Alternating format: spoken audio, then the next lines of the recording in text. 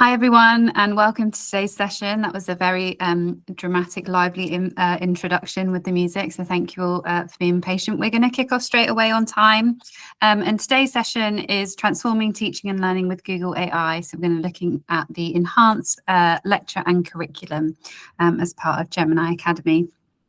So thank you all very much for being here. We really, really appreciate it. And today we're really going to focus on sort of looking at AI skills, because I know that this is a really big conversation in higher education at the moment. Steve, if you could go to the next slide, that would be wonderful. So little introduction. I'm not going to introduce Steve himself. I'm going to ask him to do it. But just to do introduce myself, my name is Louise Cunningham. I am Head of Higher Education at Canopy. I also work in higher ed as a lecturer. So I teach visual communication, and I also was a head of department up until recently before moving to Canopy. So I have quite a lot of experience within that space, and I'm also a module author in various higher education institutions as well. So I'm still very much within the higher education space. Steve, do you want to introduce yourself as well? Hi, I'm Steve Downing. I'm head of training at Canopy. My background is mainly K-12, both as an experienced teacher, senior and executive leader, and IT administrator. So looking at sort of both sides of the puzzle and looking at digital strategy quite extensively. And just to say, Steve has done lots of training within the higher ed space, so he's really experienced at sort of delivering training specifically for higher ed. So you're very well looked after by both of us today. So today we've got quite a lot to pack into the 2 hours. We're going to look at curriculum co-design, and then I'm going to demonstrate Gemini for you in this context. We're also going to look at sort of responsible approaches and prompting.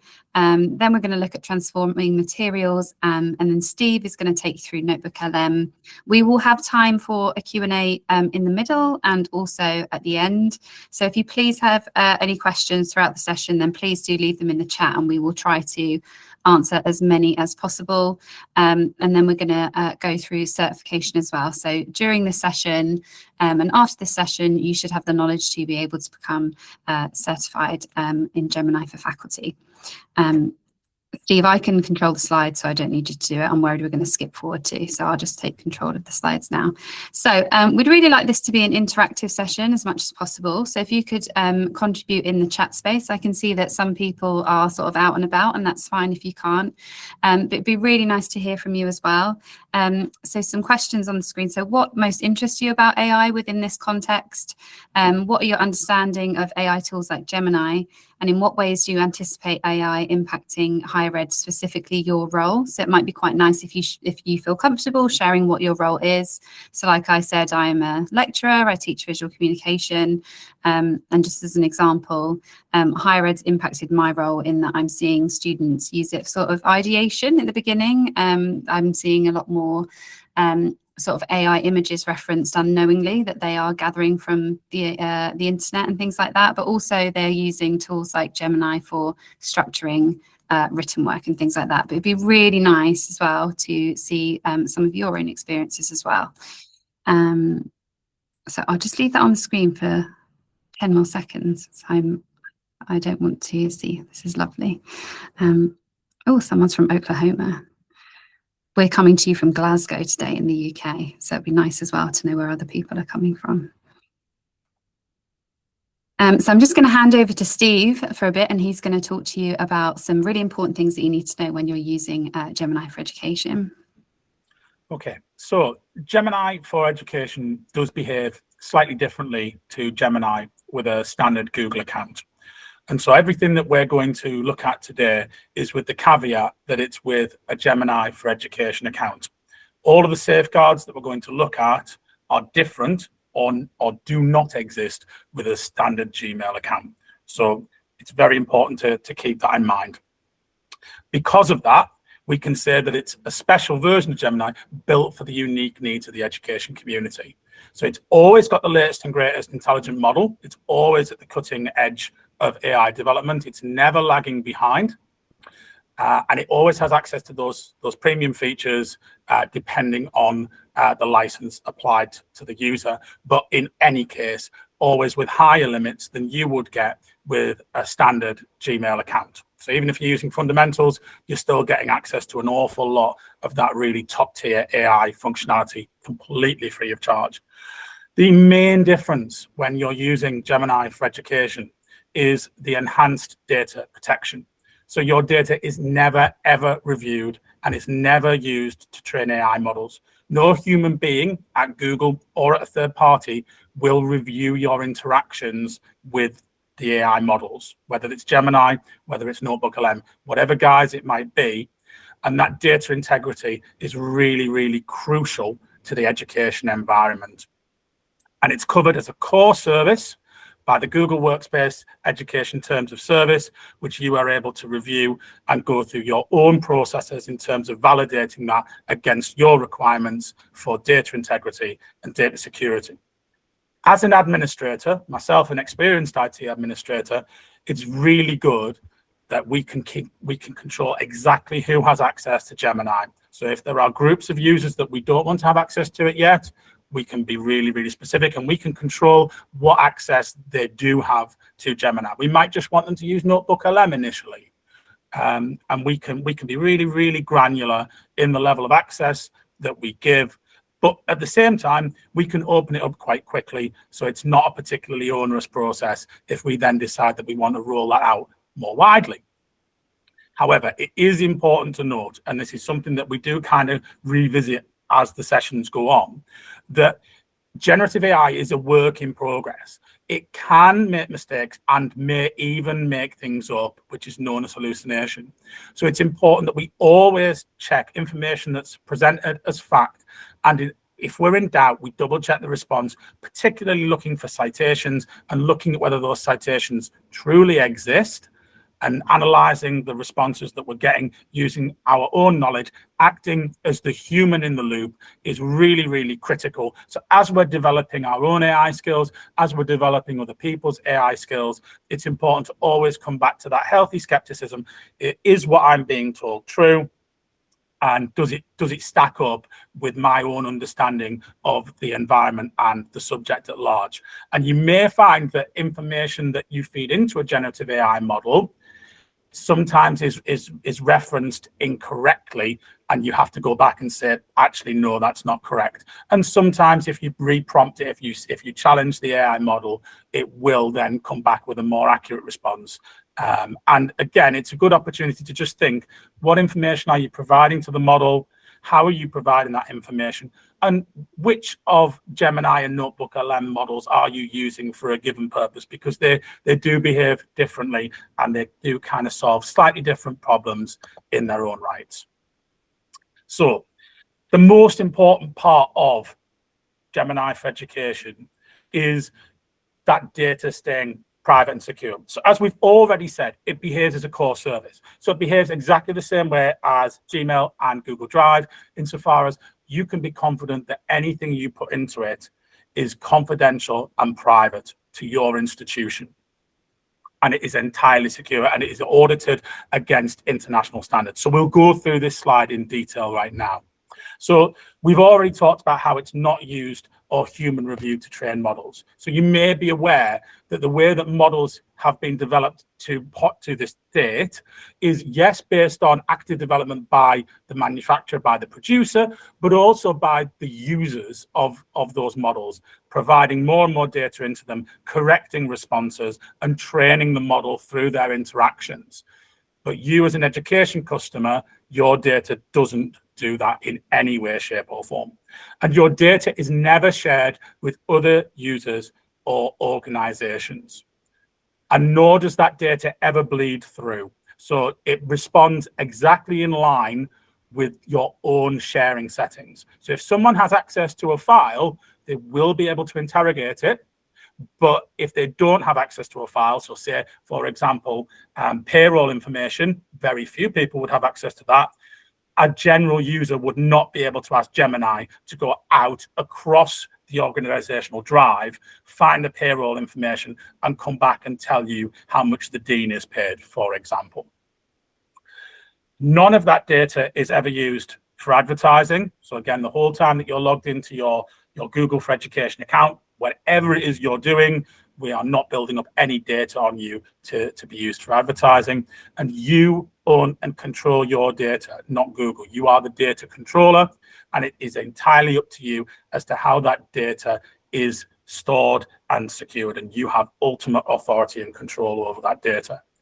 You can be absolutely confident that that data is encrypted both at rest and in transit by default by some of the highest security standards available. And again, all of this is audited against the relevant international standards. So wherever in the world you are, you will be able to go through your own compliance process and satisfy your own internal safeguards that you are not going to cause any problems by using this technology. Thank you so much, Steve. Yeah, and just to emphasize, that's so important in higher ed because our data is precious, but also our research and our learning materials are really, really precious. And so having all that sort of additional safety and reassurance is really, really important. So the aims for today's session then, like I said, it's a busy session, but we're gonna get through a lot, but we are gonna use NotebookLM to create learning materials. So it's great to see in the chat that some people are looking at how to sort of make interactive learning materials. So later on, Steve will show you how to do that. I'm going to show you how to use Gemini to look at course design. We're going to look at GEMS, which is an area that people might not be aware of, but that is a tool within Gemini. And we're going to have a look at how that can transform learning for our students. And then you're also going to be able to complete your Gemini certification as well. So again, so we want to keep this an interactive session. It would be really lovely if you could contribute in the chat about where does AI appear in your life. So it's actually, you know, AI is a relatively, I would say, within higher education, it's not new, but it's a very current sort of busy, active discussion that I personally wasn't having 5-6 years ago. It's happened very, very quickly, but AI has actually been around for quite some time. But it'd be really interesting as well to see where in your life AI is present, or if it's a part of your life at all, because I know that some people are using it a lot, some people aren't using it at all. But, you know, it's sort of starting to penetrate lots and lots of areas of different industries and things like that. So it'd be really, really interesting to keep this as interactive as possible and sort of know. So, for example, you know, within my workspace, I have AI tools available to me in all of my tools and in my emails and things like that. So it can be very, very helpful in regards to responding to repetitive emails. So AI is changing how we interact with the world. And the reason I'm going to talk about this is it was within the higher education space, all of the data is showing us that students are using AI tools. So they're changing how we search, how we create, how we write, and how we learn. And if you're interested in a really useful piece of data, the Higher Education Policy Institute do a student generative AI survey every year, and the most recent one's just come out, and it's saying that you know, student AI use is almost universal now. I think it was 94% or 96%, and so our students are using it, and all the data is telling us that they're using it, and so it really is sort of changing everything about how we interact with the world, but also it's changing the higher ed space in sort of a massive scale. And hopefully that's kind of why lots of you are here today, to see how you can sort of integrate these tools into your workflow. Apologies, my screen is slightly lagging behind when I click. But everything we show you today, we just want to emphasize that our stance on these tools isn't that these should be a replacement for either students or staff. We want people to use them as partners and collaborators. So we're sort of moving away from in higher ed, sort of looking at these tools in you know, in something to put into policy, and looking at how we put it into partnership in the way that we work. So at any point during this session, please don't think that anything that we're saying or suggesting means that we think people should be replaced or students should be using this in place of their own critical thinking. That's not what we're saying. We are saying that AI should be used as a partner, and it's really important that we keep that human in the loop, and that's part of our sort of principles as we go forward. Higher education is a really big focus of Google's strategy, and so like I said before, we really want to emphasize that what we're showing is about partnership and not replacement. But what we are also looking at is that there is a teaching and learning focus today, but we just want to emphasize that these tools can be used in both sort of like an academic side as well as a teaching and learning side and an operational side. Higher education institutes are huge and vast and span many different areas. And so all of the things that we're showing you today can be used in many different ways. But just to say that Google are completely committed to working with higher education institutions and higher education experts in how we can use these tools effectively and sustainably.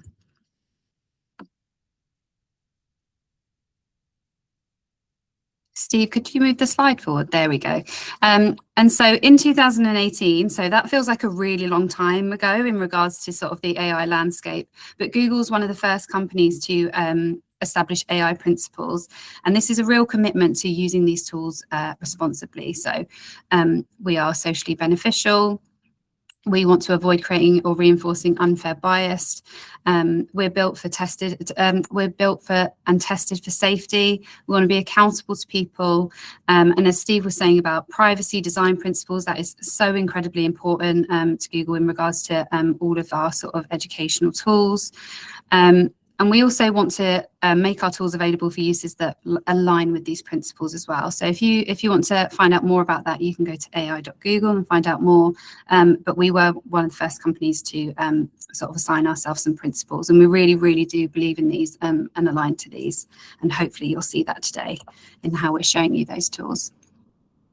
So like I said, Google can apply to AI, can apply to higher education in many different ways. So it can help staff, but we also do sort of emphasize that these tools can be utilized by students. Now, I don't know if anyone has seen the QAA guidelines that have come out in November last year, but universities are now being told that we have to make lots of different artificial intelligence tools available to our students. And I think as well, it's important that we are giving our students the tools to become really literate in using these as well. So in regards to staff, it can help you design more evidence-based learning. We hope that it can help people be more productive and then you get some time back. And like Steve was saying earlier, you can work more securely, so you can be really comforted by the fact that anything you put into Gemini or Notebook under an education account is protected and it's yours and it's safe.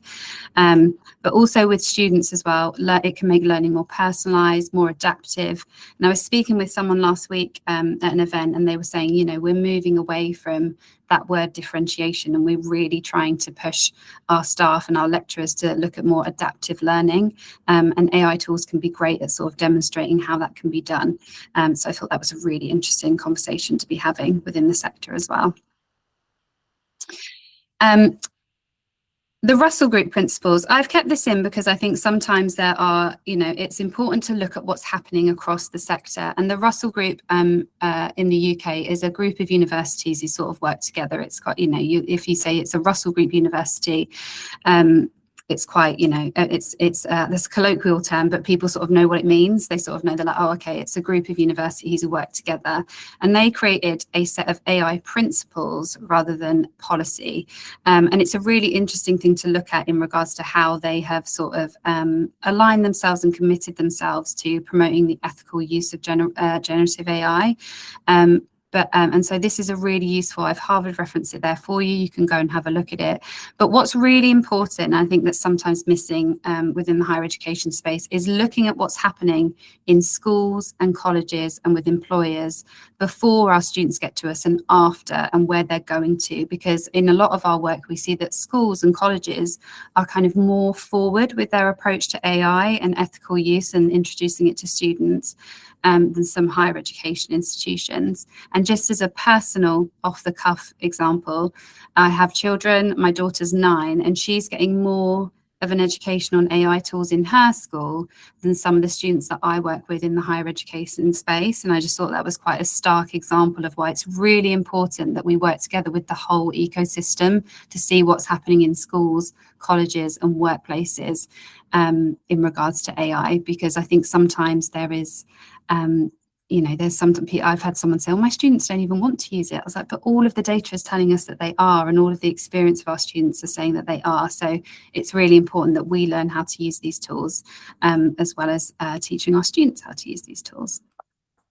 So today we're going to be looking at lots and lots of things. We're going to be looking at Gemini and Google NotebookLM. And like I said, I'm going to take you through Gemini.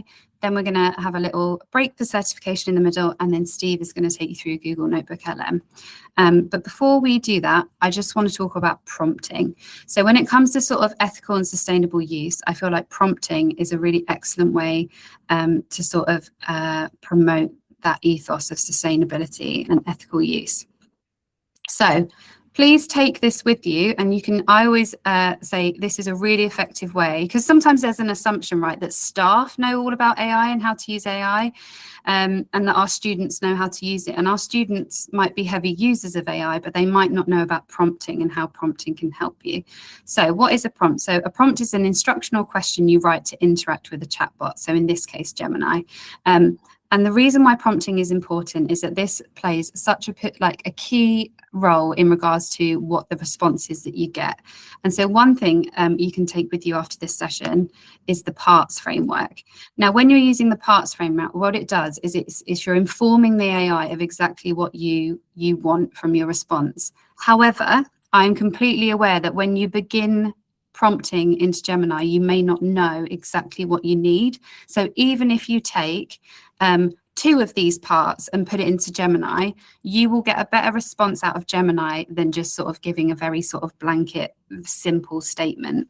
So parts stands for something, it's an acronym. So it stands for persona. So you can identify who you are in relation to the task. This doesn't have to be you. So you might as well, if you're trying to create resources that you want your students to follow, you could say, well, my persona is a first-year university student studying this subject. So it doesn't have to be you. The aim, so what do you want to achieve? Again, you might not know that yet, but this could be something as simple as you might want to know something, you might be looking for something. It doesn't have to be a really long, really detailed prompt, but breaking it up into the parts framework really, really helps. Recipients, so again, who is it you're targeting? And again, you might not know that, but the chances are you're writing this for students, fellow staff members, or it might be something that's public facing if you work in sort of a university marketing department or something like that. The theme, so you can describe any desired style, tone, or any relevant sort of restrictions. I always think it's really important to say what word count you want when you're asking AI, because otherwise it will give you something that's quite lengthy. And I sometimes want very succinct responses. So I would always recommend putting in, I would like your response to be 200 to 400 words or something, you know, so you can give it quite broad parameters, but it helps. And then the structure for the output. So what are you looking for? And again, that will help Gemini structure your output for you. Again, apologies, it's a little laggy today. So for an example, and yes, so I can see in the chat, you will have access to these resources. So please, but you will get them afterwards. So please, if you're making really quick notes, please don't worry, you will get access to these afterwards. So for example, a basic prompt might be generate 3 highly engaging discussion activities for a project on reducing food waste. That prompt is fine, but it doesn't have the information it needs to be able to make it really relevant.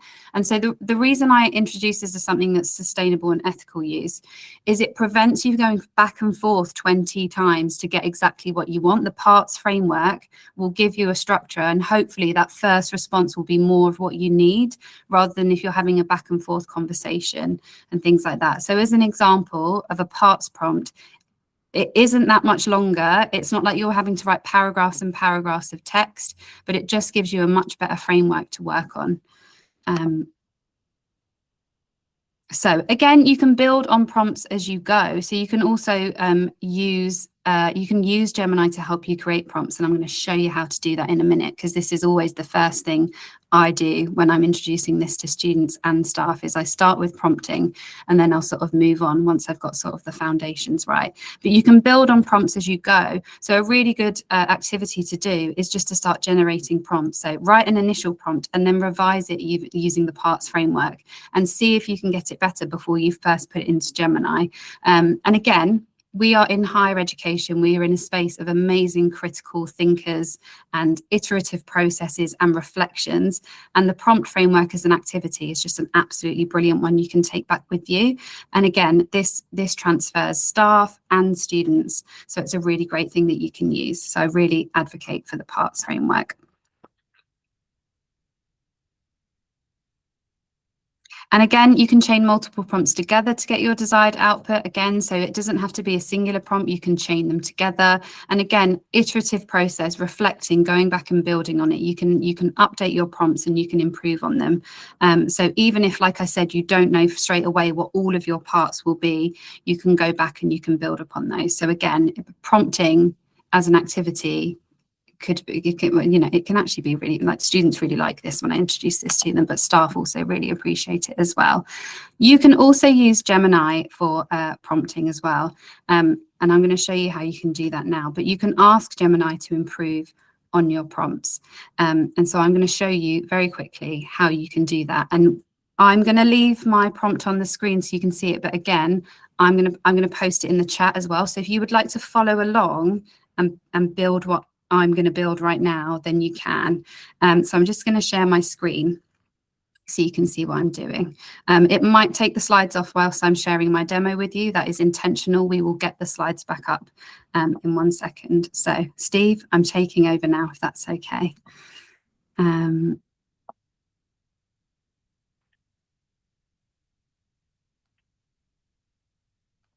If at any point you can't see my screen, Steve, could you just shout out loud so I know? So just as an overview of Gemini then, this is what Gemini looks like when you open it. I should say that I work in dark mode because it's my preferred way of working, so that's why my screen is dark. If you are opening Gemini like this, it may be white with black text. Okay, so there's nothing wrong with your screen, and my screen looks different because I'm working in dark mode.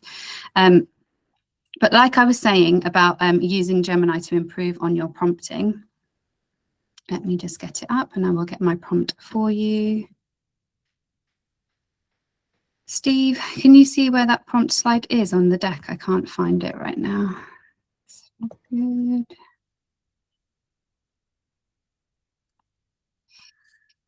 Just having a look now. Oh, I've got it. You got it.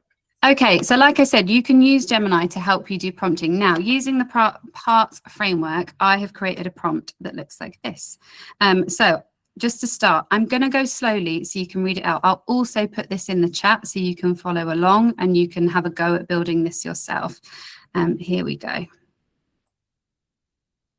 So I want Gemini to help me write better prompts. So I am prompting Gemini saying, you're a world-class prompt engineer and expert copywriter specializing in the PARTS framework. And then you can say, I'm a teacher or I'm a lecturer or I work in marketing. But in this case, I'm teaching AI literacy and digital skills. So what I want to do from this is show people how to get high quality professional results from your AI by using structured prompting. I want you to act as my prompt refinement partner. So when I provide them with a raw prompt or something that's unrefined, I want the AI to analyze the intent behind it, rewrite the prompt using the PARTS framework to be more descriptive, professional, and effective. So I'm giving it very clear boundaries. And I also want, because I want it to tell me why it's doing that, to explain why their refined version will produce a better result for that specific request. Now, within Gemini, you have three modes that you can work with. You can work with fast, thinking, or pro. Now, fast is when you just want something very, very quickly. But thinking, it means the Gemini will think about the steps that it needs to take before it gives you a response. So for that, I want it to think about this. So I'm going to go on to thinking mode. Pro, as it says, is for a more advanced maths or code. I don't need that for this. I'm not coding. So I'm going to go and I'm going to put that into Gemini. And you can see it's doing its thinking. It's a pleasure to meet me, which is very, very nice. And so it's saying, yep, I understand what you're asking. It will do this. It will do this. So to get us started, here is how I would handle a common raw prompt. So write an email to a boss asking for a raise. Well, that's a really nice one. But it's saying, you know, the user wants to do a professional negotiation tool. So it's thinking about what I've just given it. And so then it's given me its own example and it's showing me an example of how it would improve. Here we go. So here, I'm ready. What's the first raw prompt you would like me to refine for your class? So I could put something like, I need an 8-week module plan for first year university students studying physics. Full disclaimer, I'm not a physics educator, so that's why I've chosen that one to see what it gives me. So apparently that's a perfect example of a vague request. So it's analyzing that prompt. Okay, here we go. And now it's giving me a more refined prompt that I can then use. And then I could take this prompt and put it into a new Gemini chat. And so now I've got this open, I can now go back to this and I can just go, right, well, I've got this chat open. I've set it up as my prompt refinement partner. And so I can go back. Because as well, the prompt I gave it was very, very broad. It has filled in some information for me that I didn't give it. So it's given it a title. You may not need that, but what it's got is it's given you the beginning of a structure that you can start to sort of edit. And again, this is an iterative process. You should go through this. It's really important to have that human in the loop. But just as an example, setting yourself up a prompts framework in Gemini is a really, really good way to start if you're new to AI or if you're trying to just learn how it works, because then it gives you the prompts in the parts framework. And what I find is the more you use this, the more you can then sort of just do this yourself, and you'll start to be like, right, I need a persona, an audience, a request, a terminology, and a style, and the steps. And so just as the first example in regards to using Gemini, and again, you could use this for students or staff. This is a really good way to get started. Steve, would you be able to share the slides again for me, please?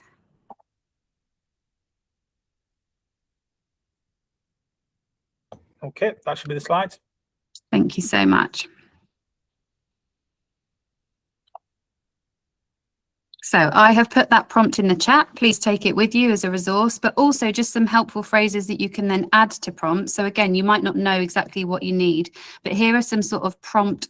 You know, like when you're teaching academic writing, you might give sentence starters to your students, or you might give your students places to get started, because looking at a blank screen can be quite intimidating. And again, with AI and Gemini, it can be quite intimidating to just get started. So some of these phrases can be really helpful.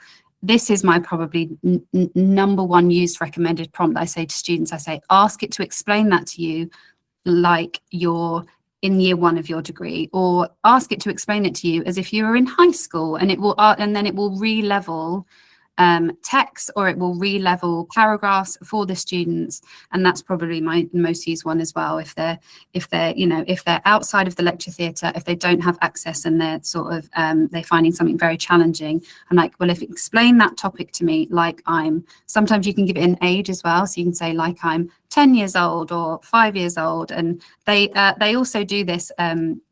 I saw a video online, and it was students who were studying maths at Cambridge, and they're saying, I use AI for this process where I'm struggling to understand why I'm exploring a topic. I will ask AI about that topic, and it won't be able to give me the answer to it, but it will allow me to understand why I'm doing a particular task. But these, again, give these to your students, give these to your staff. Phrases and sort of prompt starters they're sort of a really effective way to sort of emphasize AI literacy and sort of ethical use. The next thing we're going to look at is curriculum co-design in Gemini. So again, it would be really good if you could join in and you can take some of the prompts we're going to show you as we're doing this session and take part.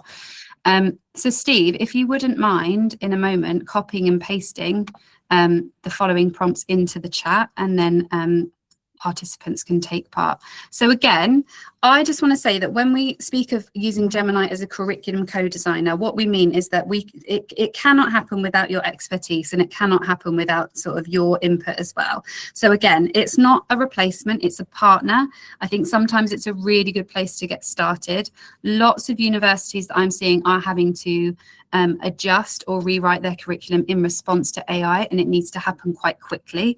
And so again, using Gemini as a curriculum co-designer, we are thinking about collaborative working, not replacement. We're looking at where you can work with AI, not having it do the work for you. And so it's really, really important just to emphasize that as we go forward. So what I thought we could do is, if you've got access to Gemini, you could have a go. So Steve, if you could copy and paste these individual prompts into the chat so people can have a go. I'm going to show you an example of one of these prompts, and I'm going to show you how what kind of response it can give you. Again, this is kind of using the prompts framework as well. So there's detail in here that sort of links to the prompts framework. We're asking you to sort of input those sort of parts of that framework so you get a better response. But you can see there's sort of 3 different versions there. Some of them are shorter, and that's absolutely fine. When you're using the prompts framework, they don't have to be the exact same length. So I'm going to share my screen again, and I'm just going to show you what it sort of gives me. I'm taking over again, Steve. Sorry, I feel like I'm. So I have taken off of those slides, I've taken the second one, but I've personalized it. I'm going to use fast for this because I'm demoing. However, if I was using this for curriculum design, I would probably use thinking. So I'm a lecturer in visual communication. That's true. I need a flexible support plan for a second year university student in the UK needing extra help with composition and balance in graphic design posters. I'm asking it to give me some learning goals. You might already have those. You might say these are the learning goals, scaffolded tasks, reflection prompts and checkpoints. I've asked them to form it as a weekly plan and only 3 weeks in total with some bolded key actions. Let's see what it gives you. And please join in.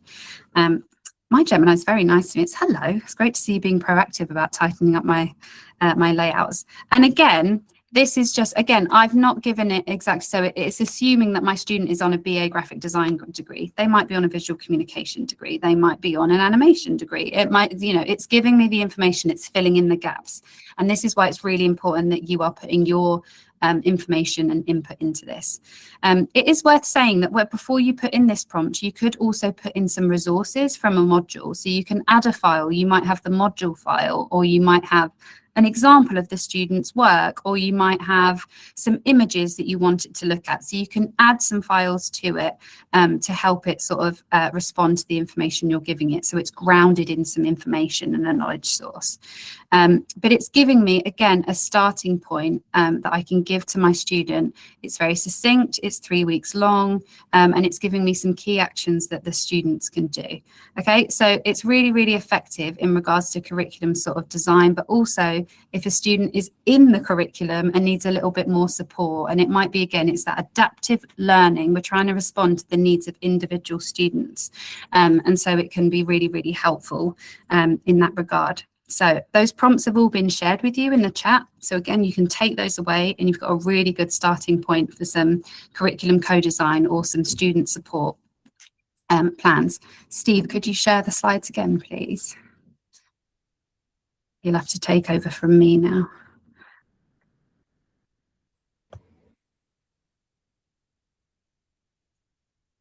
I think, are we both sharing at the same time? It's never happened before. There you go. That's interesting.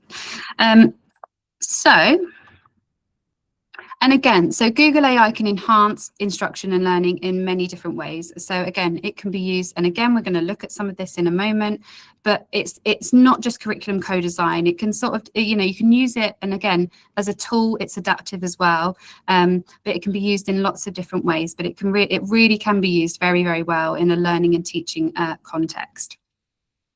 So again, ways that you can improve your collaboration with Gemini, and again, we'll show you how to do this in a minute, but just before we move on, I'm going to show you how to use Gemini in some different ways in regards to teaching and learning. So bear with me whilst I just get my screen up, and I will show you some other ways that you can use it for teaching and learning.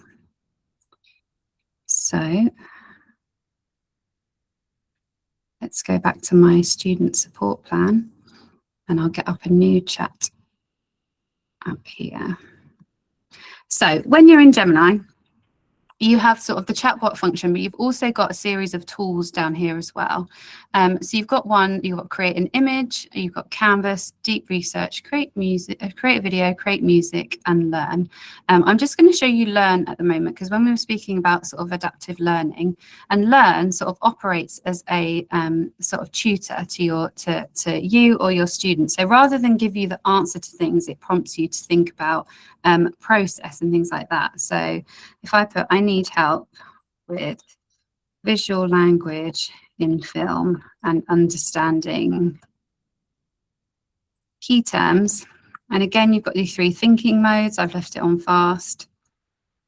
So rather than giving me the answer, it's prompting me to explore concepts through questions.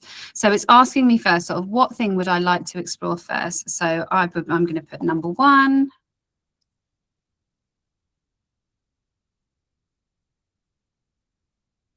And what this does is it allows your students to see AI as sort of a supportive tool and not one that's just going to give them outputs that is going to give them the answers. So it's giving me, and again, it is prompting me to engage with these, and it's asking me questions. So it's creating a dialogue, a learning dialogue between me and the students. You can use this as well if you're trying to sort of adapt sort of curriculum, but it's a really great tool for teaching and learning. And also, you know, I remember I found the other day my old timetable for university. I had very little contact time with my tutors, and I think that's still quite common. And lots of universities are moving into sort of hybrid spaces where learning will be online and in person. So we might not have as much face-to-face teaching with our students as we'd necessarily want. And again, it isn't a replacement, but rather than students having to wait or them, you know, emailing you at 4 a.m, which does happen despite telling students not to, it's a really good way to say, well, you know, you have Gemini turned on, you can take some of that content from that lecture and you can ask Gemini for help. So in regards to teaching and learning as curriculum, having this embedded in sort of the introduction to your modules is really important, because then it sort of empowers your students to be able to go away and use these tools as an effective way for teaching and learning. So let me show you another thing that you can do on Gemini as well, which is Canvas. So Canvas can do lots of things. You can prompt it again, and in curriculum co-design, it can be really, really, really effective. So I'm going to put in a really basic prompt, which says, I need an 8-week module plan for a new film and media module focusing on film language. Again, that is not a good example of a prompt using the parts framework for the purpose of the demo. You can see, and because it's on Canvas and I want it to do a bit more work, I'm gonna put it onto thinking mode, so it starts to think about the steps it's gonna give me. So it's given me this in thinking mode very, very quickly. And again, this could be a great starting point. So again, it's filled in some of the gaps, but what it said is it's designed a comprehensive 8-week module for your new film and media course, focusing specifically on the fundamental vocabulary of film language. I should make it clear that I also teach a bit of film and media, so that's why I chose that. So I do know something about this. But also, if you're doing this within your subject, then you will know what needs to go in it, and you will know sort of what the format needs to be and things like that. So what it's done is it's given me a really comprehensive ideas for breakdowns and things like that. But what's amazing about Canvas is that I can then take this, what it's made, and I can turn it into something else.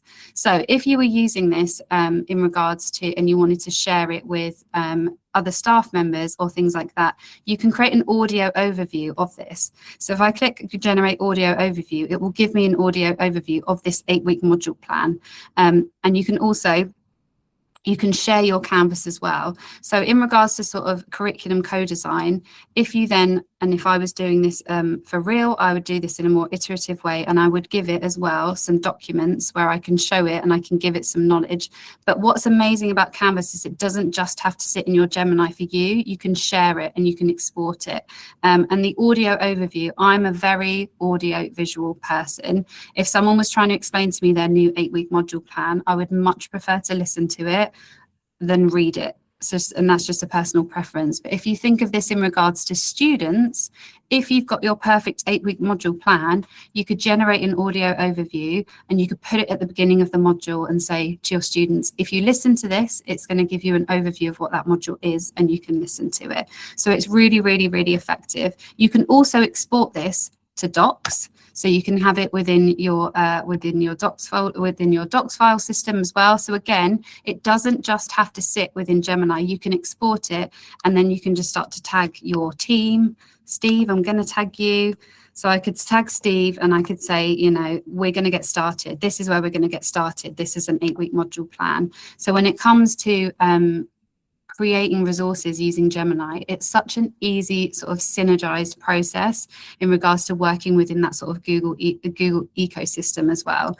And if your students are using this as well, you can say, well, if you've used Canvas to make something, then you can ask them to export it as well. So it's very, very useful in regards to that. The next thing I'm going to show you is Gems. Now, this is a complete game changer and something that not everyone is aware of.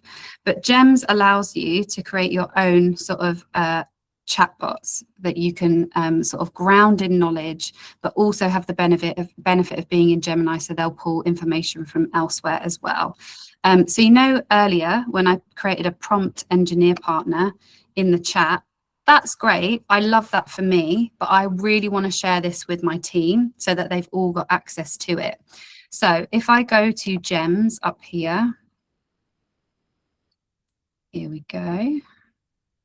So I have made a gem and I'll show you what that looks like here. So when you open up Gems, it will ask you to input some information here.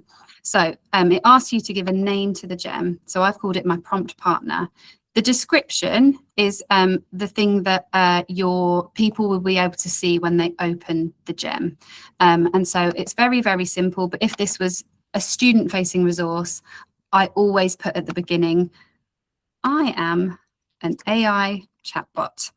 I can sometimes hallucinate, just to remind them. Okay, and so just to remind them that they're not talking to a person. And in the UK, we have quite strict rules about impersonating people in regards to this in this use. So we have to be careful that we're not saying that this is a replacement for someone. This is an AI tool that we're building. And here is the instructions. So you know that prompt that I entered into Gemini earlier? It's that, but I'm instructing the gem to behave like that all the time. And also I've added something to it where I said, please keep your response to 250 to 400 words where possible. What's amazing about Gems is you can also ground it in some information as well. So if I click on this, you will have access to this resource. I can share this in the chat shortly, but I've grounded it in some Google research and some Google DeepMind research about LearnLM and about prompting. So I'm also giving it some additional information to pull from. So it's not just taking information from sort of the web. And so it's got something that's grounded in it. And I'll show you why that's very effective in a minute. So what you can do here as well is you can disable knowledge citations. I've clicked that off because if I was sharing this with people, I would want it to just perform as a chatbot. But if I click that off, when they get given a prompt, it will show them where the information's coming from and it will start to cite this knowledge that I've given it. So again, for literacy and ethical use and sustainable use of AI, being able to see where the gem is pulling from is really, really important, and it will sort of give you a little reference at the end. So I'm just going to update this, and then I should be able to share this with you so you can have a go. So just bear with me. So I'm going to start a chat. What this means then is that first prompt that you had where you were asking Gemini to perform as a prompt partner, it means you can take that and share it with other people. Now your chats are private to you, so don't worry, these are just ones that I've used before. And I could say, you know, like, let's give it a prompt. I need a essay guide and Harvard referencing model for new university students. Okay.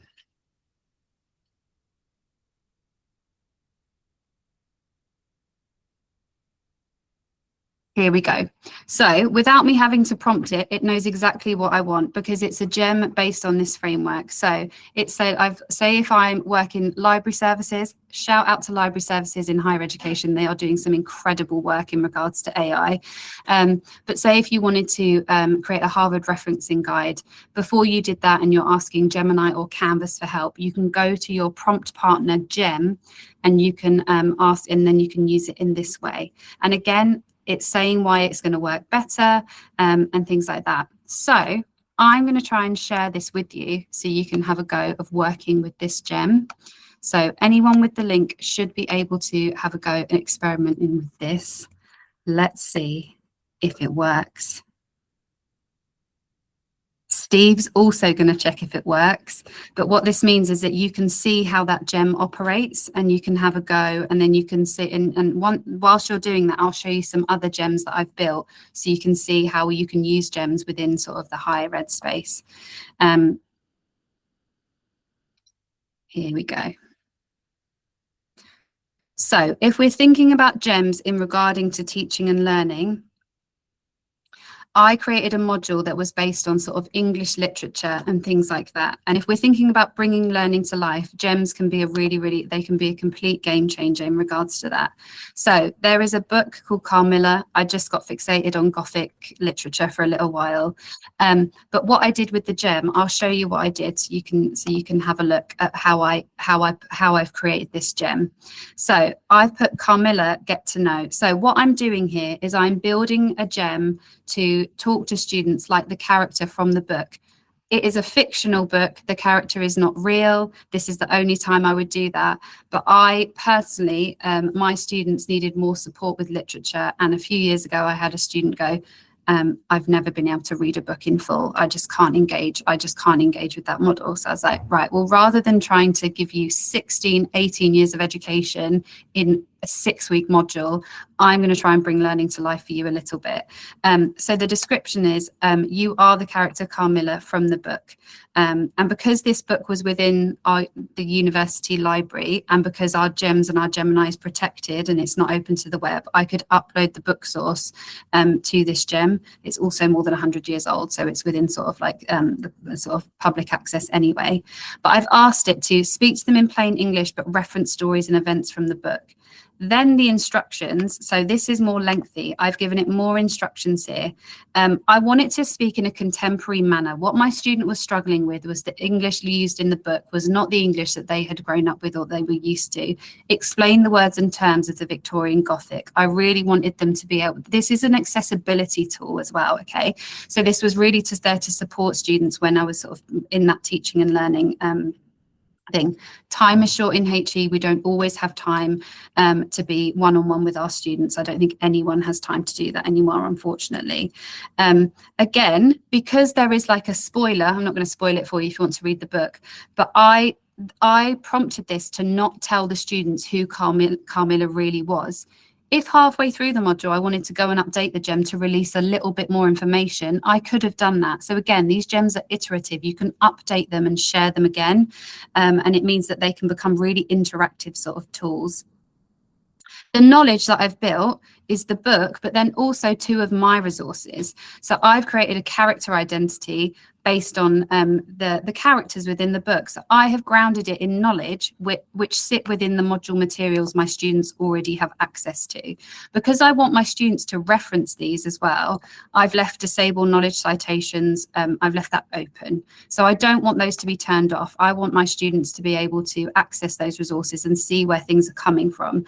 Because sometimes it's Gemini, it does have access to the web. I want students to know whether it's coming from my sources that I've given it, or if it's coming from wider sources elsewhere. So just an example to sort of bring this learning to life. I'm going to ask this gem built on this character, who are you? And hopefully it's because it's got sources, it's trying to find that knowledge. And it's saying, it introduces itself to you like it is the character, okay? And so what's great here is you can see where that information is coming from. So my student now, within Gemini itself, they're not having to go elsewhere. My students don't do well when they're having to go through lots of different things. It's showing them where in the book they have got that information from. So it's linking the things in the Gemini response to the actual context of the book itself. So the students can go, oh, okay, so that's where it's coming from. And that's what that disabling sort of the references does, is if I turned that on, it wouldn't show them these references. And also, again, it's prompting students to respond to it, like, what's your name? I should like to know who has come to visit me in my solitude. And so you can ask it, you know, what is lost? So again, if my student was reading a passage from the book, it can ask,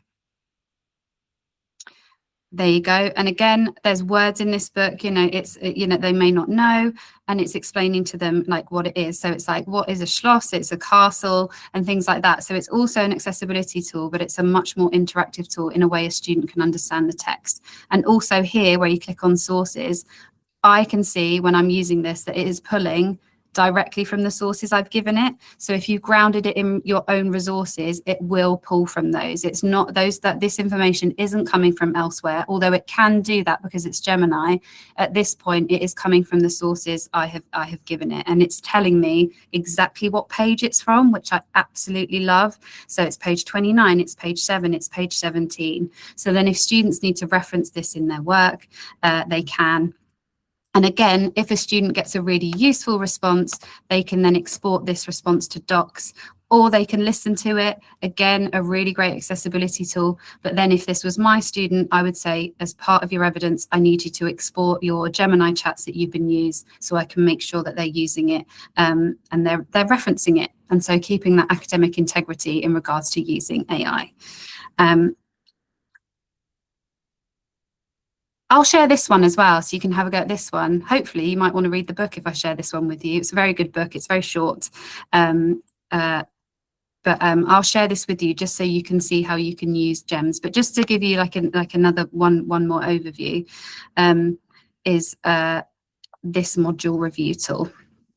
So I'm currently working on a new module. We are constantly getting new staff working on this. And it can be a lot of information to understand what tone of voice you need to use, what the boundaries are, what your accessibility things are, what kind of boundaries you have, and what you need to do in regards to this. So it is grounded in a notebook, which is what Steve will show you later. But just to let you know, if you have used NotebookLM or if you haven't used it yet, you can ground gems in NotebookLM knowledge. And that I'm not going to steal Steve's thunder because he's going to show you Notebook later.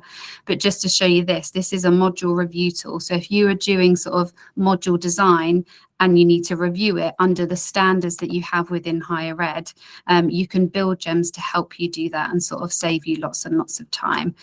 So just to show you an example of how this works, you can give, so this gem is built on the boundaries of how we have to design modules within a university. So I have given it this image and I've said, what is this? And it's going to give me some alt text for this image. So it's given me some functional alt text and a long description as well, because within the confines of the universities I work with, we have to provide both. And because this is grounded within the way that the university wants me to write, it's going to use that information that it's been given to give it an inclusion score impact, because that's what I have to do within the module design I'm doing. We have to score our inclusion scores, and if it's below a certain percent, then we have to improve it. But rather than doing this manually, bit by bit by bit, by building this gem in the document of the module review policy, it means I can put my work into this and make sure that it's meeting those standards. Again, it's giving me the reference to where that is in the policy. And so it's accessing that source that I've given it. So when I go to sources, it is pulling from the sources I've given it, which are the inclusive. These are all within the notebooks. This is incredible. So because it's grounded in one notebook, which has lots of documents in, it's showing me what those documents are. And so I've got those sources. So I know that I'm meeting the needs of my university's guidelines when it comes to module design. I'll share this one in the chat as well, so you can see how that works as a user. Steve, can I hand over to you to just go through the 6 features to improve collaboration with Gemini and go through the certification thing? And whilst Steve's doing that, I'll share those gems in the chat so you can have a go. Just to say, you can't copy the gem.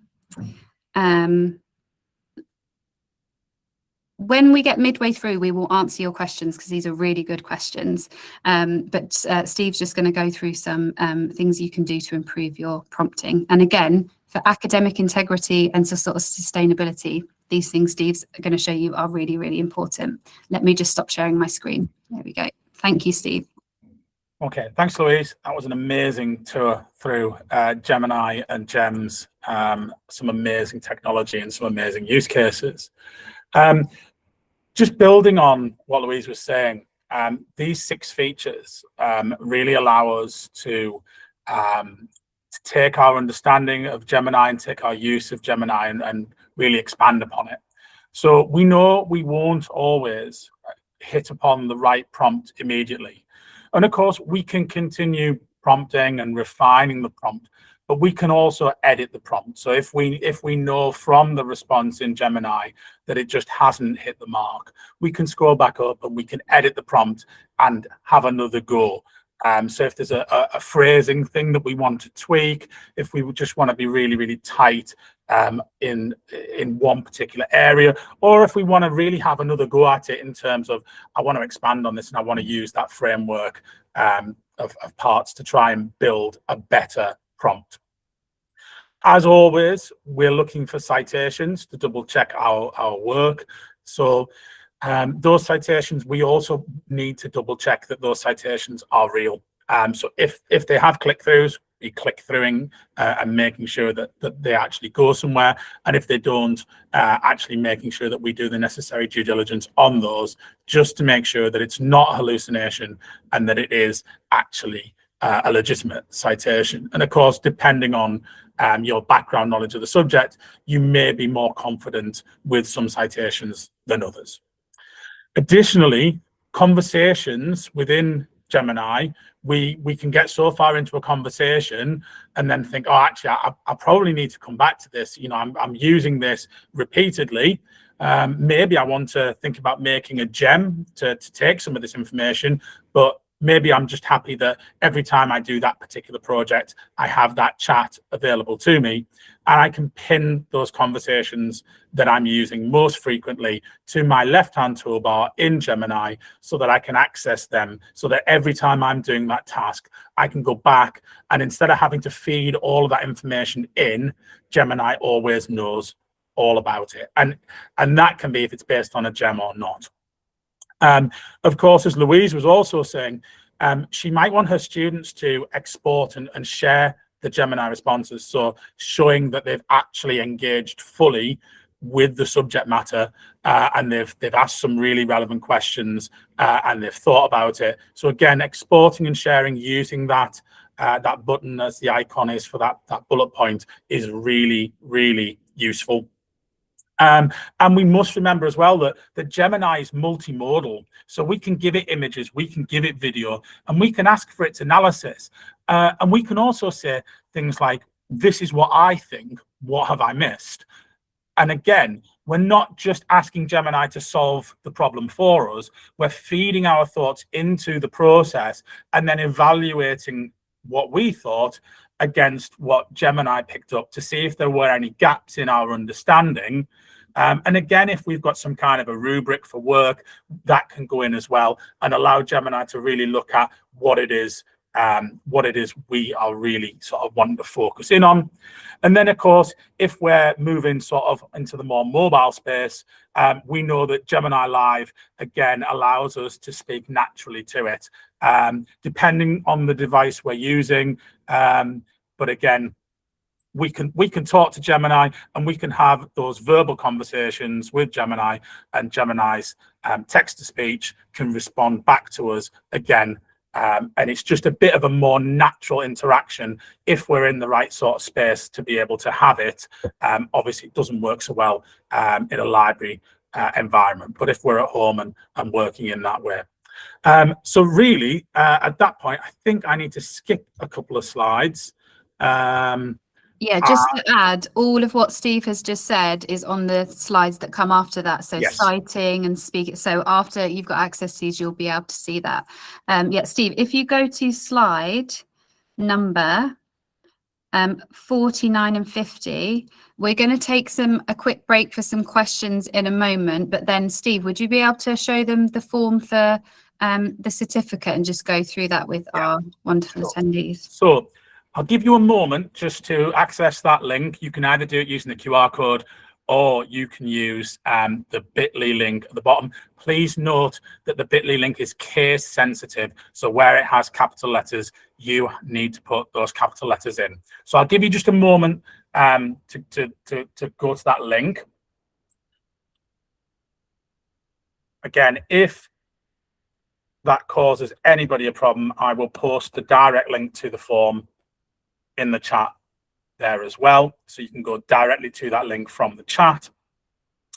And then if you just pause once you've found that form, I'll talk you through how you go about completing it, because completing this and ticking the right boxes is how you get your certificate to say that you have attended the Gemini Academy. So I would assume that that's of value to everybody.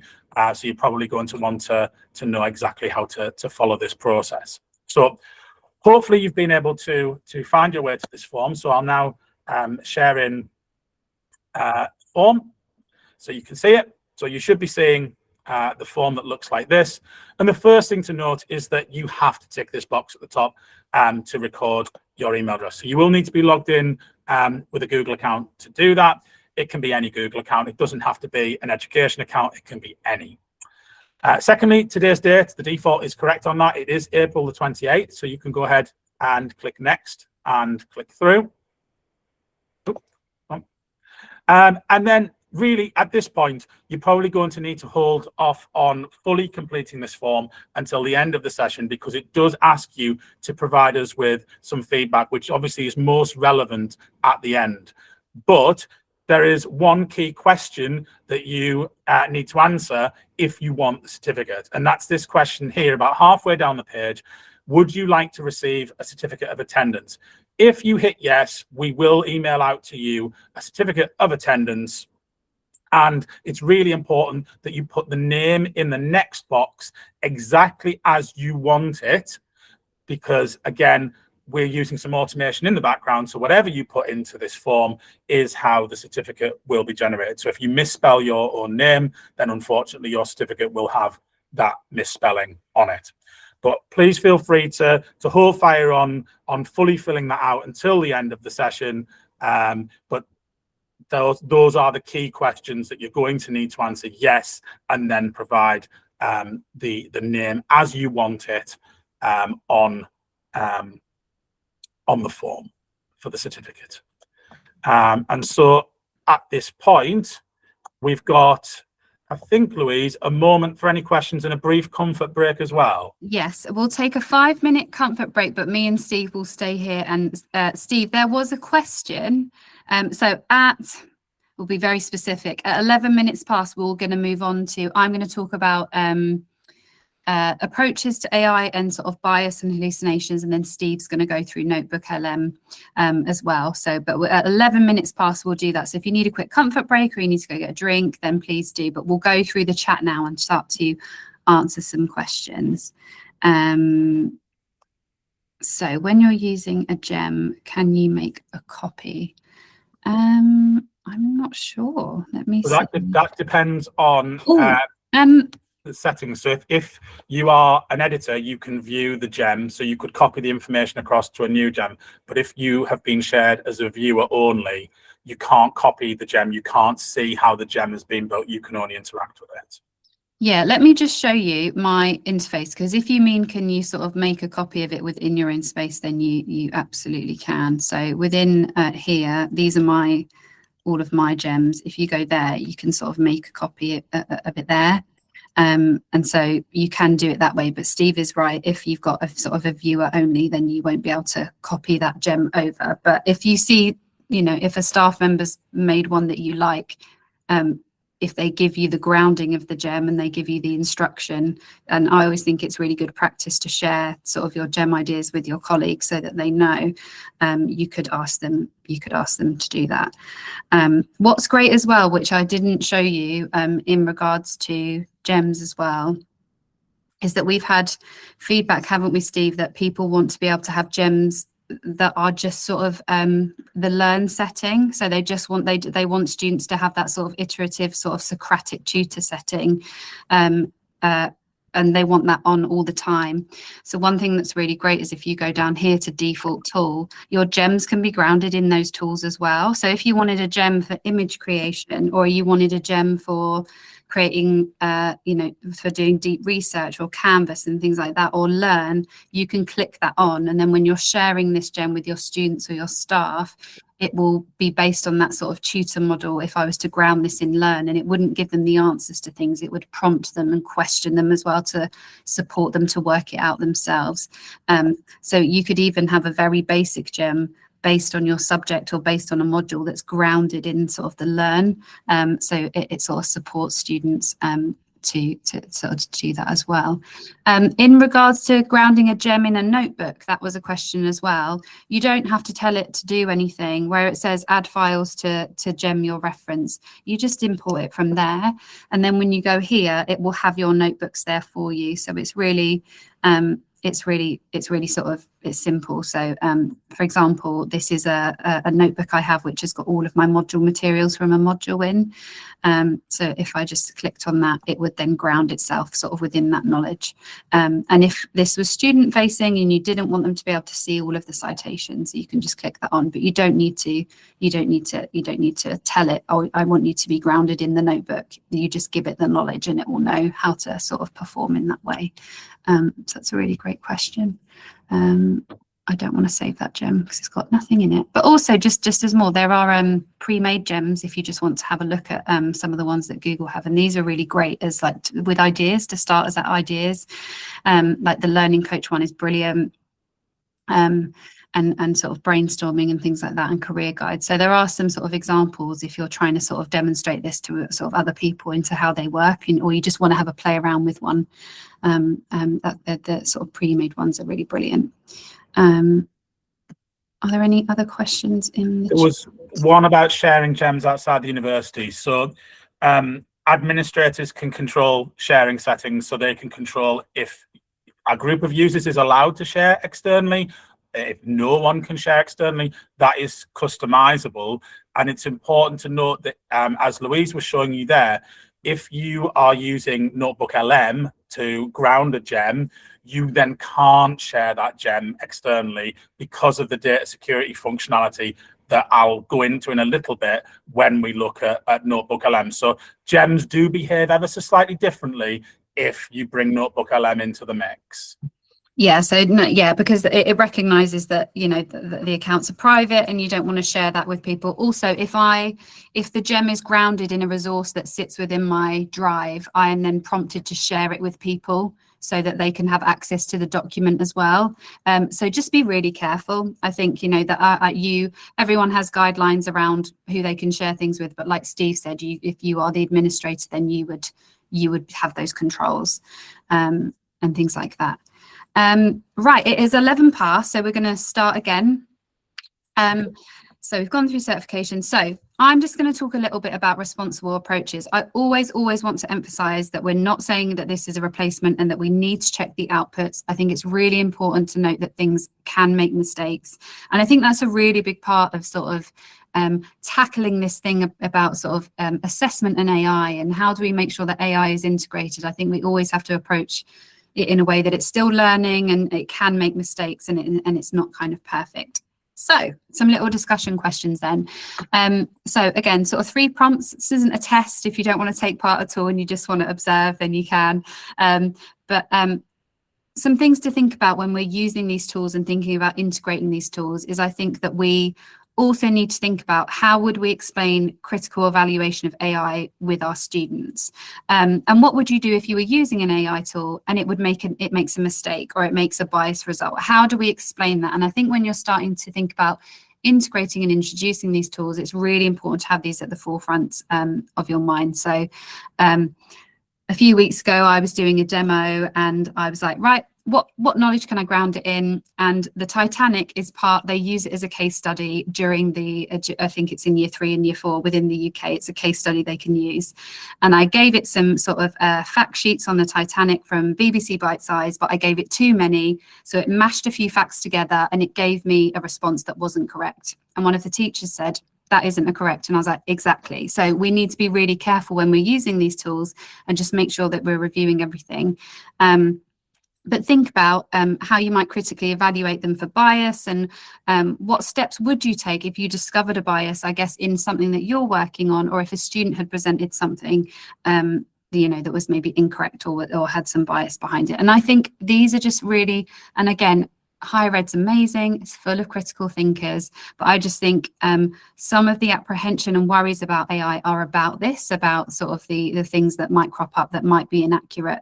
And there was a really, I think there was like a, we were talking about this, Steve, weren't we? There was a court case recently where someone had brought evidence to the court case and all of the citations were false and all of the evidence they had brought were false. And the judge said, where have you got these from? Like, some of the things that you're giving me don't even exist. And it turns out that they had used AI. And again, it's just really important to make sure that we're sort of evaluating the responses within the higher ed space, because I know that's a big concern.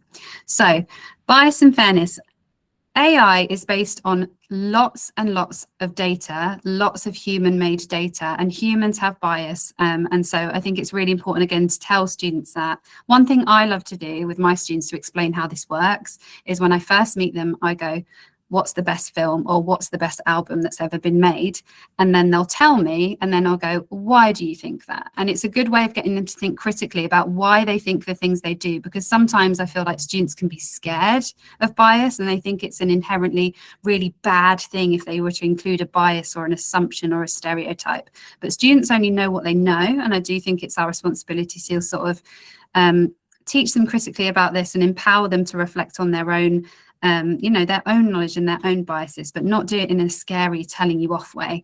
But I think it's really important that when we're using AI, it can reinforce biases. And there's some really interesting work going on in regards to sort of schools which teach sort of law and sort of criminology and things, looking in how sort of AI systems could potentially do this. Really interesting, won't go into it. But here's 3 common ways that chatbots can generate inaccurate information. So they can invent facts. You can see as the gems and the Gemini that I've been working on, it's really nice to me. It wants to do the right thing for me. And so sometimes it can fill in the gaps or it can make up facts to try and seem more complete and coherent. That is why parts framework is so important, because it will try and reduce that. If you give it more instruction, it doesn't try and fill in as many gaps because there's not enough gaps for it to fill. Sometimes it can make unsupported leaps. It can tell you things and you can say, is that right? And they'll go, no, it isn't actually, and so it can create faulty logic or logic that is a bit skewed, or, it doesn't really make sense. And like I said, it can make fake citations. And that is, I would say, that's quite problematic if a student was to use something like that in their work, or if we were to use something like that in our work. And again, that's why grounding it in your own knowledge and using the parts framework is really, really important. But again, you can take this information, share it with your students, share it with your staff. Hallucinations and accuracy. So everything has limitations in regards to AI, but Gemini also has its limitations. So it won't always generate accurate responses. And I do think, like I said, this doesn't mean it's making things up, but sometimes it gets things wrong. I find if you give it lots of information, or if you're asking questions that aren't clear, it might make things up. But again, I just think if you're introducing these tools into teaching and learning, it's really good to show an example of a hallucination and things like that, so that, I feel like if you get this in the beginning, you are informing your students and you're making them critical thinkers, and they won't use this as a tool to do their work. They'll see it as a support tool. So just remember, it's not perfect. So how can we address bias? So again, we can teach students to think critically about potential AI bias. Again, another really simple thing I do is I'll just say to students, ask Gemini to name 5 famous people within the industry or the sector that you're teaching in. And so I was asking my sister the other day, who's a physicist, I was like, give me 5 scientists. And I showed them her response, and then I showed them the AI response. And the AI response was giving me historical people who had been dead for quite a few years. And then my sister, who's sort of active in the sector, gave me 5 people who I'd never heard of, who were doing really incredible work.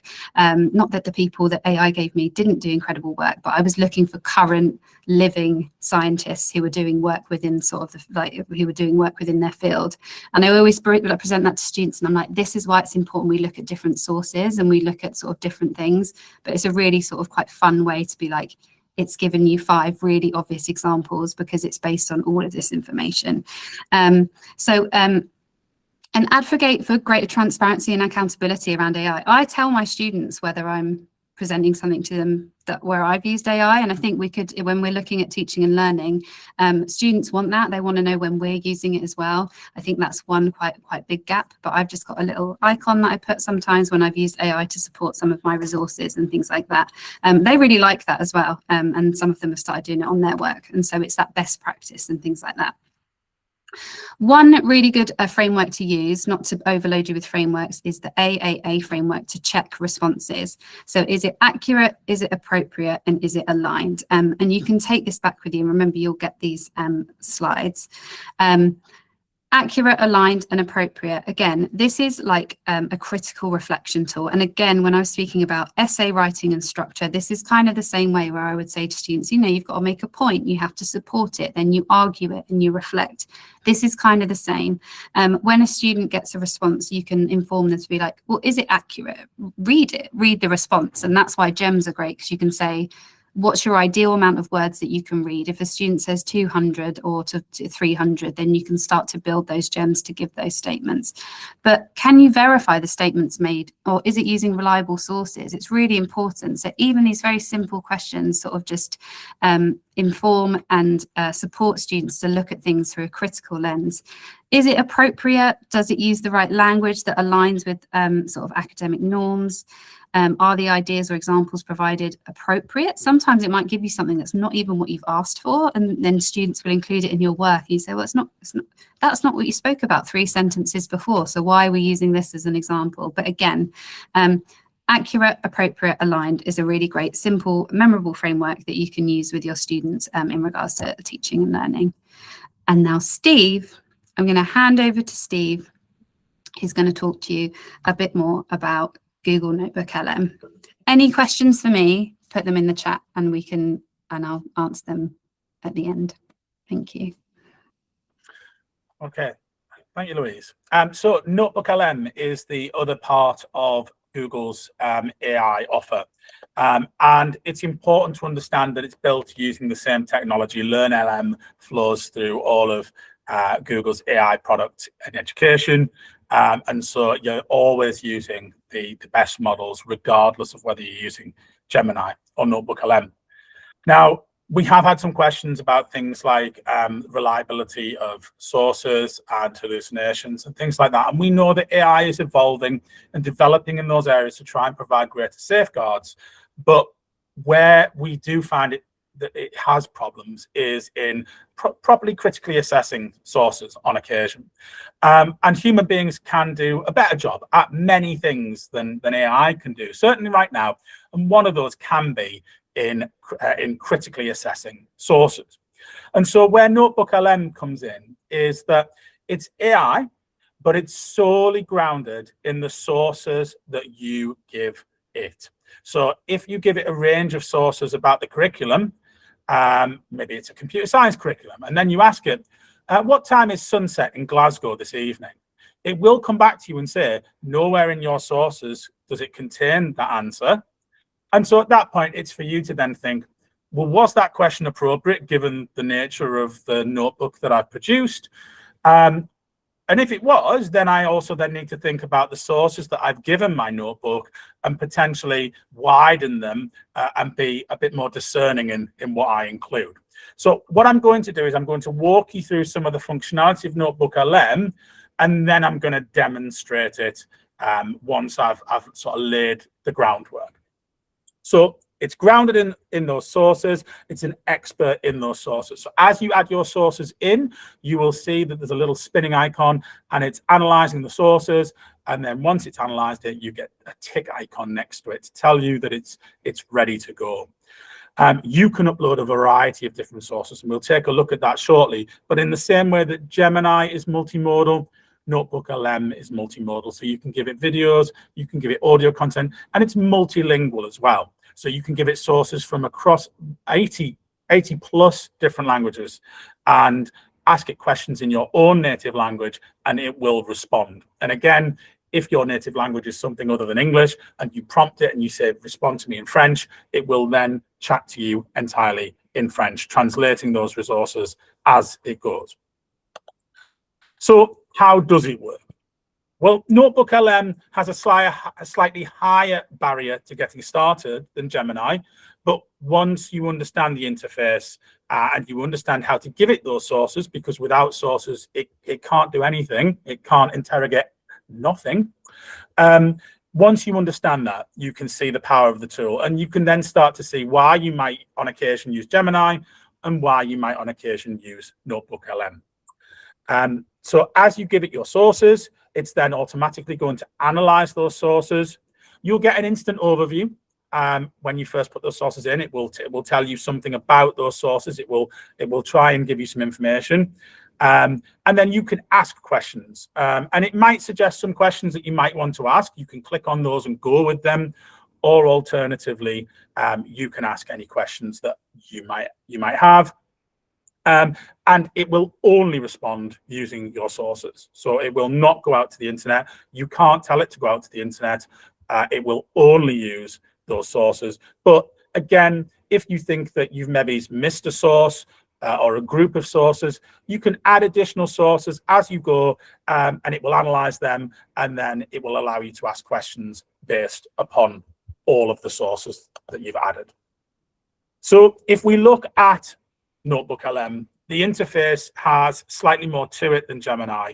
And really, we've got these three main panes. On the left-hand side, we've got our sources. On the right, we've got our studio. And in the middle, we've got our chat. Now, the chat can be influenced by the studio pane. So as we click through mind maps, for example, it can then prompt the chat to give us some more information about a particular area. But really, that chat area in the middle is going to behave similarly to Gemini. And if we think about those demos that Louise just gave, where she was asking questions, again, it's going to behave in a very, very similar nature, because, again, the underlying technology is exactly the same. So we've uploaded some sources. It's given us some brief analysis on them, and it's allowing us to ask some questions. And that's great. That's really useful. And certainly it's operating differently to Gemini because it's never going out to the internet. But what else can it do? Well, the studio panel is going to allow us to do a whole lot more. It's going to allow us to produce things like study guides, audio overviews, mind maps, briefing documents, video overviews. And really, I think virtually every time I log into NotebookLM at the moment, something new is there or an additional feature has surfaced. And certainly when I'm leading demos, I sometimes get people saying, oh, that doesn't appear in my version of NotebookLM. And usually the answer is, it's still rolling out, and obviously Google rolls out new technology gradually. So if it's not in your version right now, and I might call out one or two features that you'll see in mine that may not quite be there in yours yet, it's coming and it will be there in the next few weeks. But we can synthesize all of this data, this multimodal content, into a variety of different products that we can then, again, share, if appropriate, with others. And again, it's important to note that NotebookLM can only be shared within your academic domain. You cannot share it externally. And that's because, again, it's relying on those sources. It's nothing without the sources, but there is obviously a lot of sources that you wouldn't want to share. There's an awful lot of research, as Louise said, that's proprietary and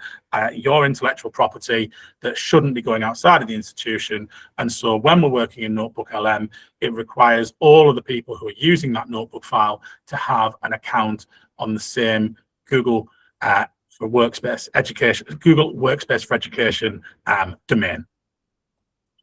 So we'll look at these more in a moment. But audio overviews are one of my favorite things, particularly if we've got a huge amount of content to get through. Being able to summarize a policy that I can then listen to in the car is really, really useful. And there is an interactive element to that, which is really tricky to demo. So I might try to demo it, but you may have to bear with me because it usually goes wrong when I try and live demo interactive mode.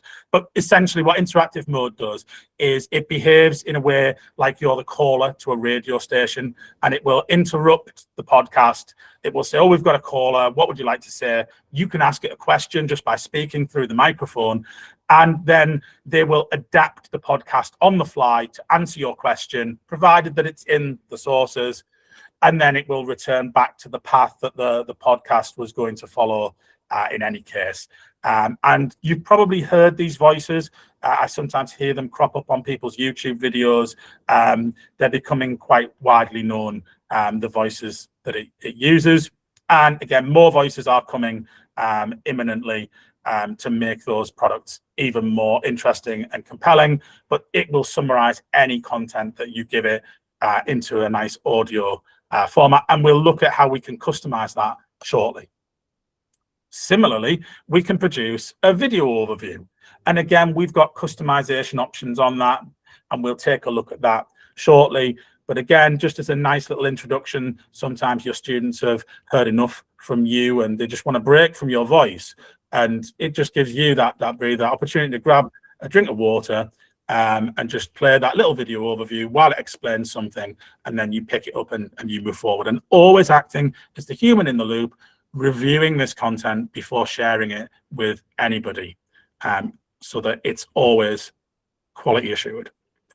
So we can see here a little demo of how we're going to go about creating this video overview, and I'll live demo this in a moment. But essentially, we put in our sources, we choose video overview, we customize it where appropriate. We'll take a look at that, and then we can listen, download, or share. And it will give us an MP4 file that we can share quite widely. So we don't have to share the notebook if we don't want to. We can share the products from the notebook.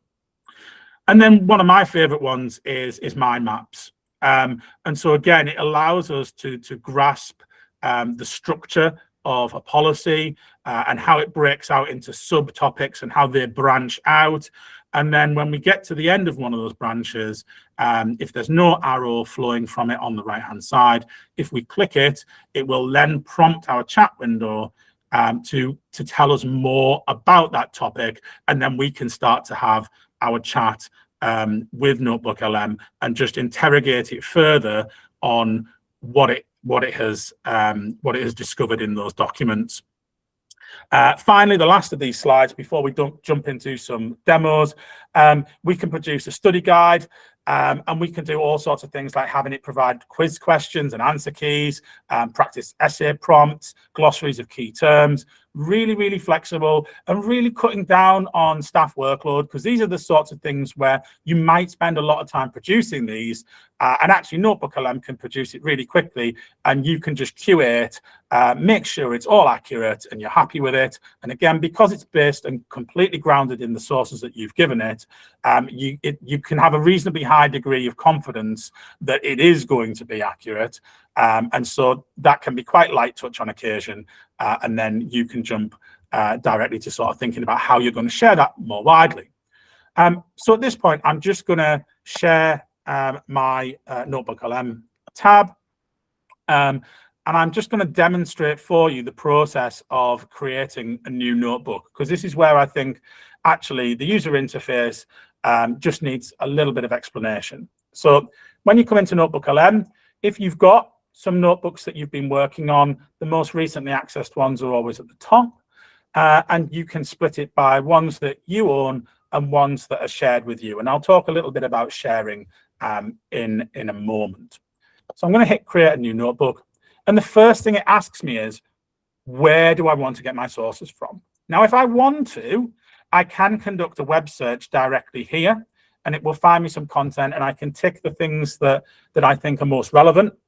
But what I want to say about that is, where it's accessing web content, we would recommend that if you want to include web content in a NotebookLM file, you export that website as a PDF. And then in terms of academic integrity, you can cite it and say, at this date and time, this was the website as it was. And you know that it's kind of that fixed in time opportunity. And then if at a later date you want to go back and update that source, you're obviously free to, but you've got that record of what that website said when you started to rely upon it. So it's best to use PDFs when we're referencing websites. But what I'm going to do is I'm just going to show you how nicely it integrates with Drive. You can upload files from your computer. You can reference things like YouTube videos. You can paste in links. You can even paste in a block of copied text if needs be. But at this point, I'm just going to go and grab an AI policy. So I'm just going to click on it, click insert, and you can see this little spinning circle here is it starting to interrogate that policy. It's interrogated that policy. It's given me an overview of that policy, and then it's suggested some questions that I might want to ask. I don't have to go with those. Questions. I can ask any question that occurs to me. I'm going to go with one of those questions just now and just see what it comes back with. So you can tell me, it's telling me what it's doing. It's found me some useful information, and it's citing where in the document that I gave it, it's found that information.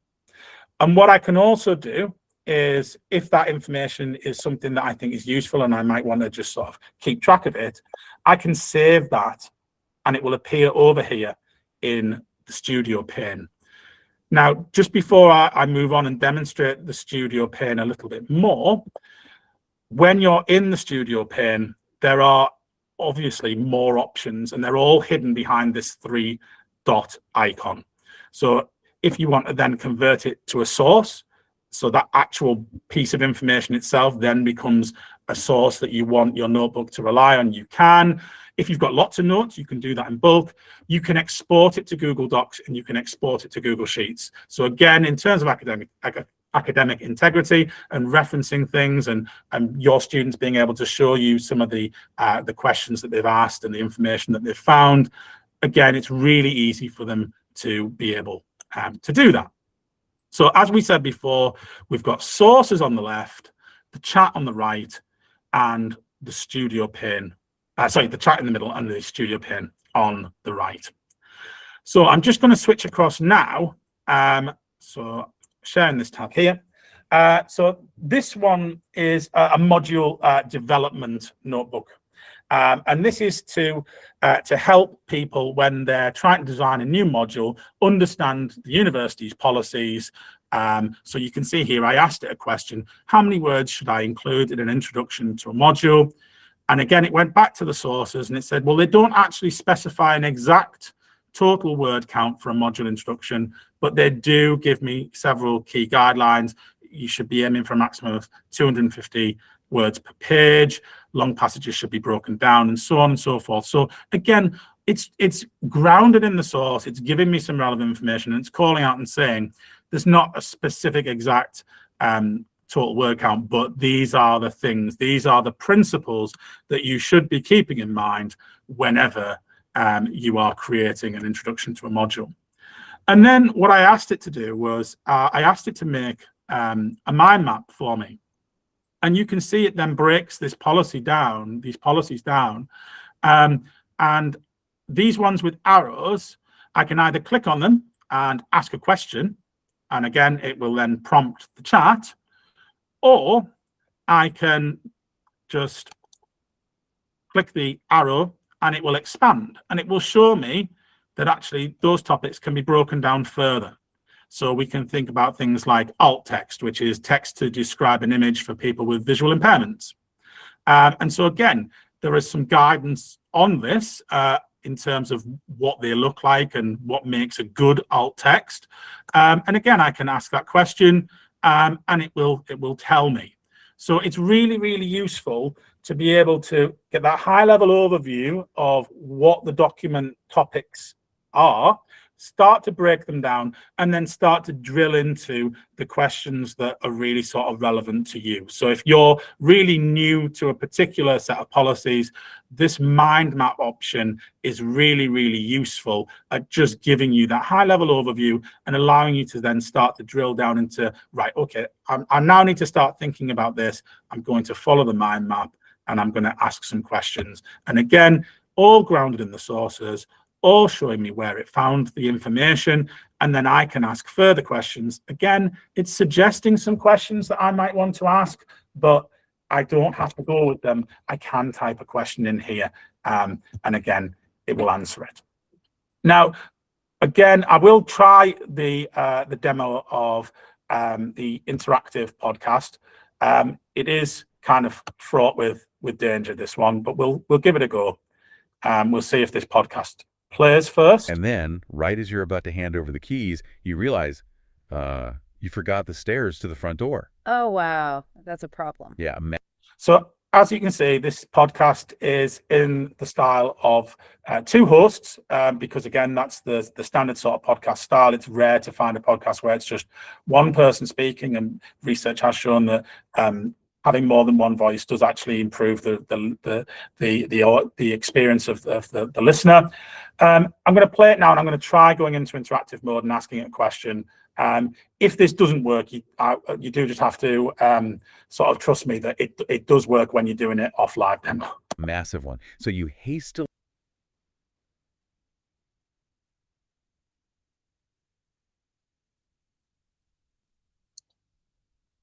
imagine building a brand new. Oh, hey there. What's up? Can you tell me what I need to know about alt text? That is a fantastic question. And we are happy to dive right into it. Okay, let's unpack this right now. You're hitting on a core technical standard. Yeah, we were about to use an analogy, but this is much better. Alt text is essential, especially for visuals. It's the alternative text that is embedded right into an image, a chart, or a map. The purpose is... Okay, so as you can see, on this occasion, the demo has actually worked, and it has allowed me to then push the podcast in a particular direction.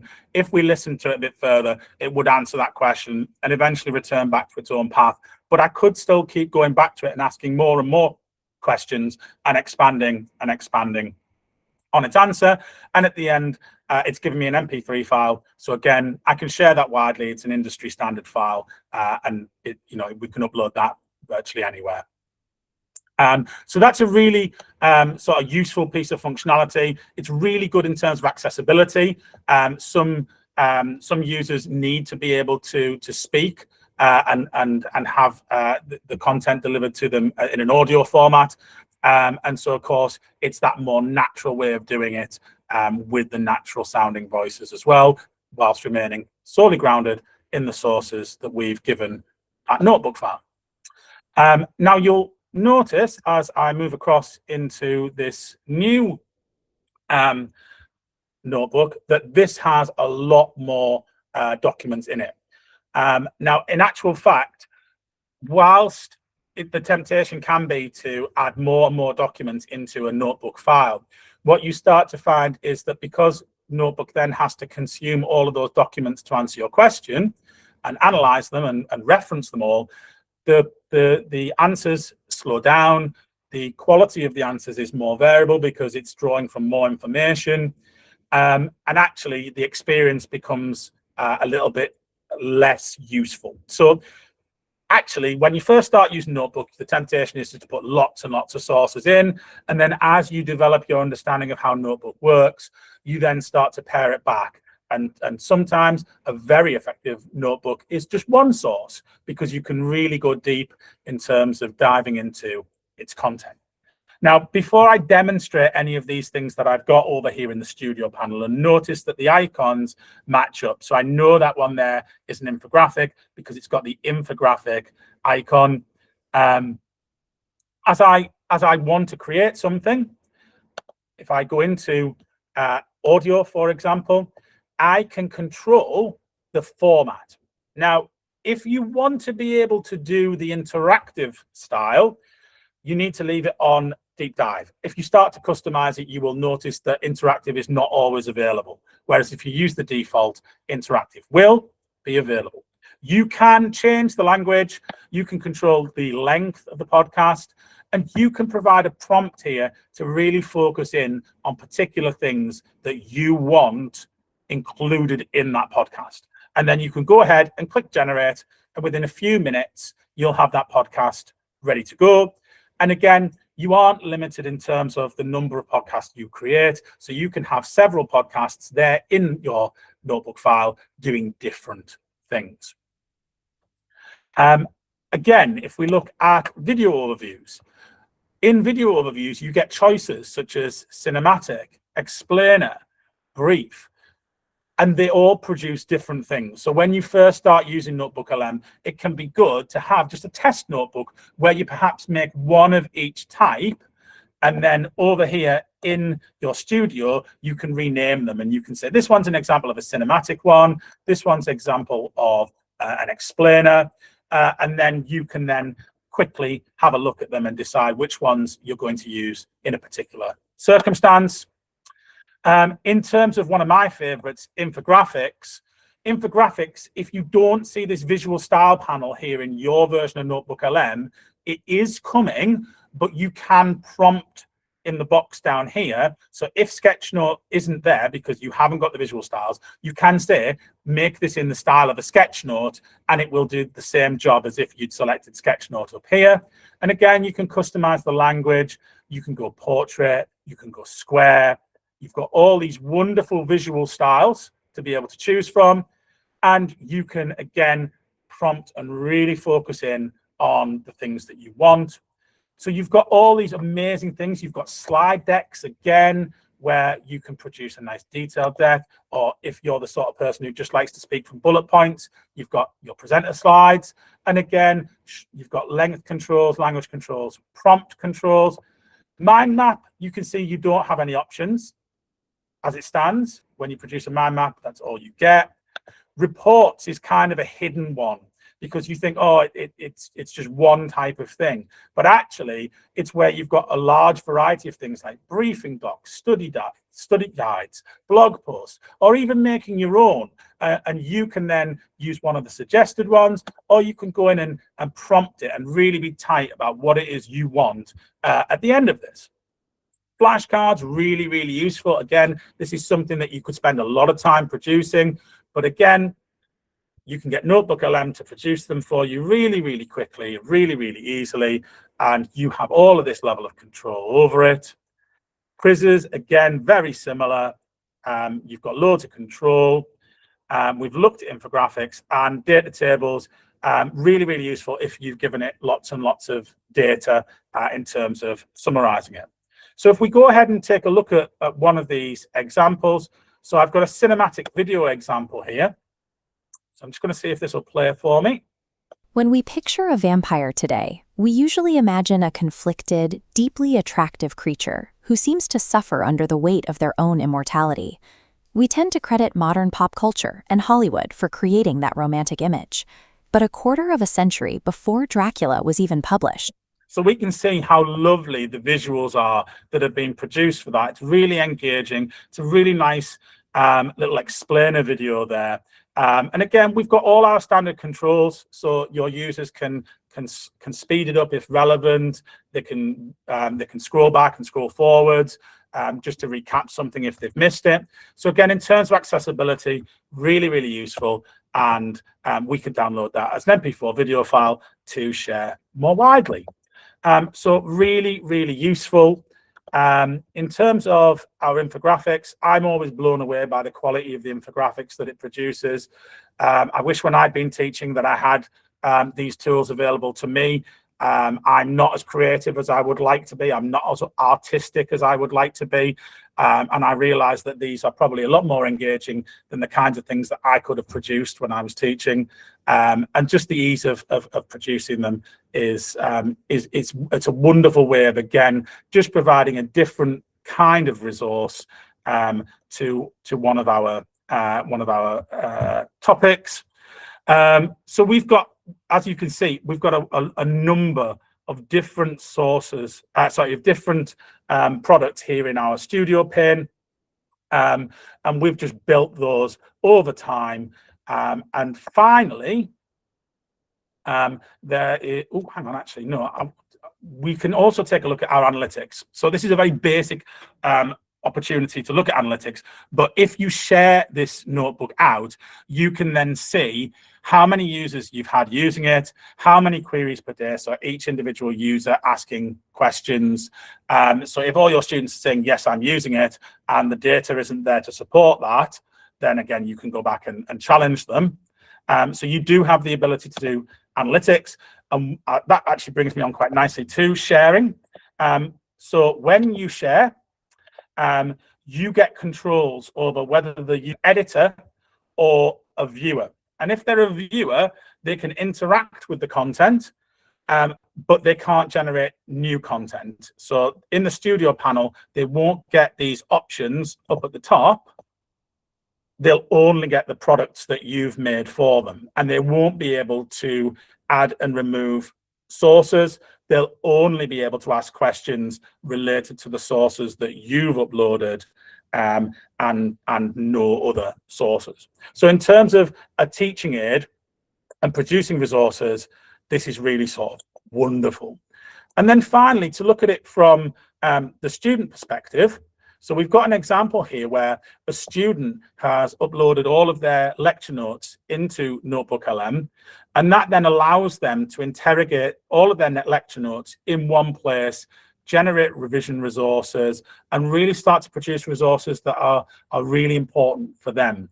So in terms of it having value as a teaching tool, we've demonstrated that in spades, but in terms of as a learner and the value there in being able to produce things that are really tailored to your way of learning, and really focusing on the topics that you need to know more about. So you know that you've done a quiz and you're not really retaining the information about a particular topic. So you're really going to focus in on that topic. It's a really, really valuable tool. And again, if you think about, that last sort of hour or so before an exam, you're traveling in on the bus perhaps, quite difficult to read notes on the bus on your phone, but an audio overview, listening to it as a podcast, maybe more user-friendly, maybe more accessible. And so that really should round out our demo of NotebookLM and lead us on quite nicely to sort of wrapping up with some discussion questions that we might just want to take a moment to think about. So I'll give you a moment just to answer some of those discussion questions in the chat.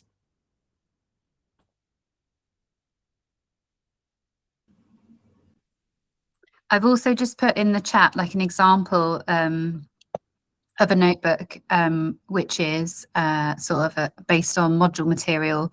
It's a chemistry one, but you can see how that would operate if you were presenting that in a student perspective, because it has all of the studio resources made on the right, and then the sources in the left, and then the chatbot in the middle.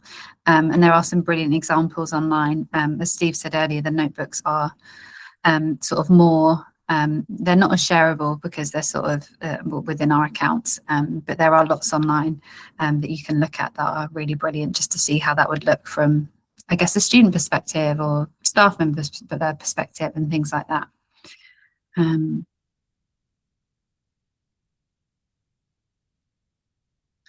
Lovely. So as we round up the session, I just think everything, we've shown you lots and lots of things today. And I think even if you can just take one thing that we've shown you and start to experiment with it or roll it out. And so something that I think is really useful to do after these sessions is just give yourself sort of 3 little notes or 3 little targets, like what's something you can start to implement sort of this week, what's something you might want to do in 6 months, and what's something you might want to do in a year, because then that means that this information becomes much more accessible, because we have obviously shown you a lot, and we're not saying you need to run with all of these things and do them straight away, but all of these tools can be really, really useful, and just reflecting on that can be like a helpful task to do. But one thing that I want to leave with as well before we go, and we are going to take questions at the end, because there's been, Steve, if you have a look, there's been some really amazing questions in the chat in regards to Notebook. But I just think we have to meet students where they are, and that's kind of my ethos when it comes to these tools, is that I think as part of like onboarding and working with students, you should ask them if they're using these tools already, because, we do a lot of work in schools. Schools are using these tools. They are using Gemini, they're using Notebook. And so it's really useful to see, have your students use them, or are they complete beginners, rather than just going, well, here's a notebook. Or if you somehow get 60 expert Notebook users as students, then you can say, great, well, we'll start having our materials, our learning materials in there, and students can use that as sort of a grounding resource for all of their work, so their work is in one place, and things like that.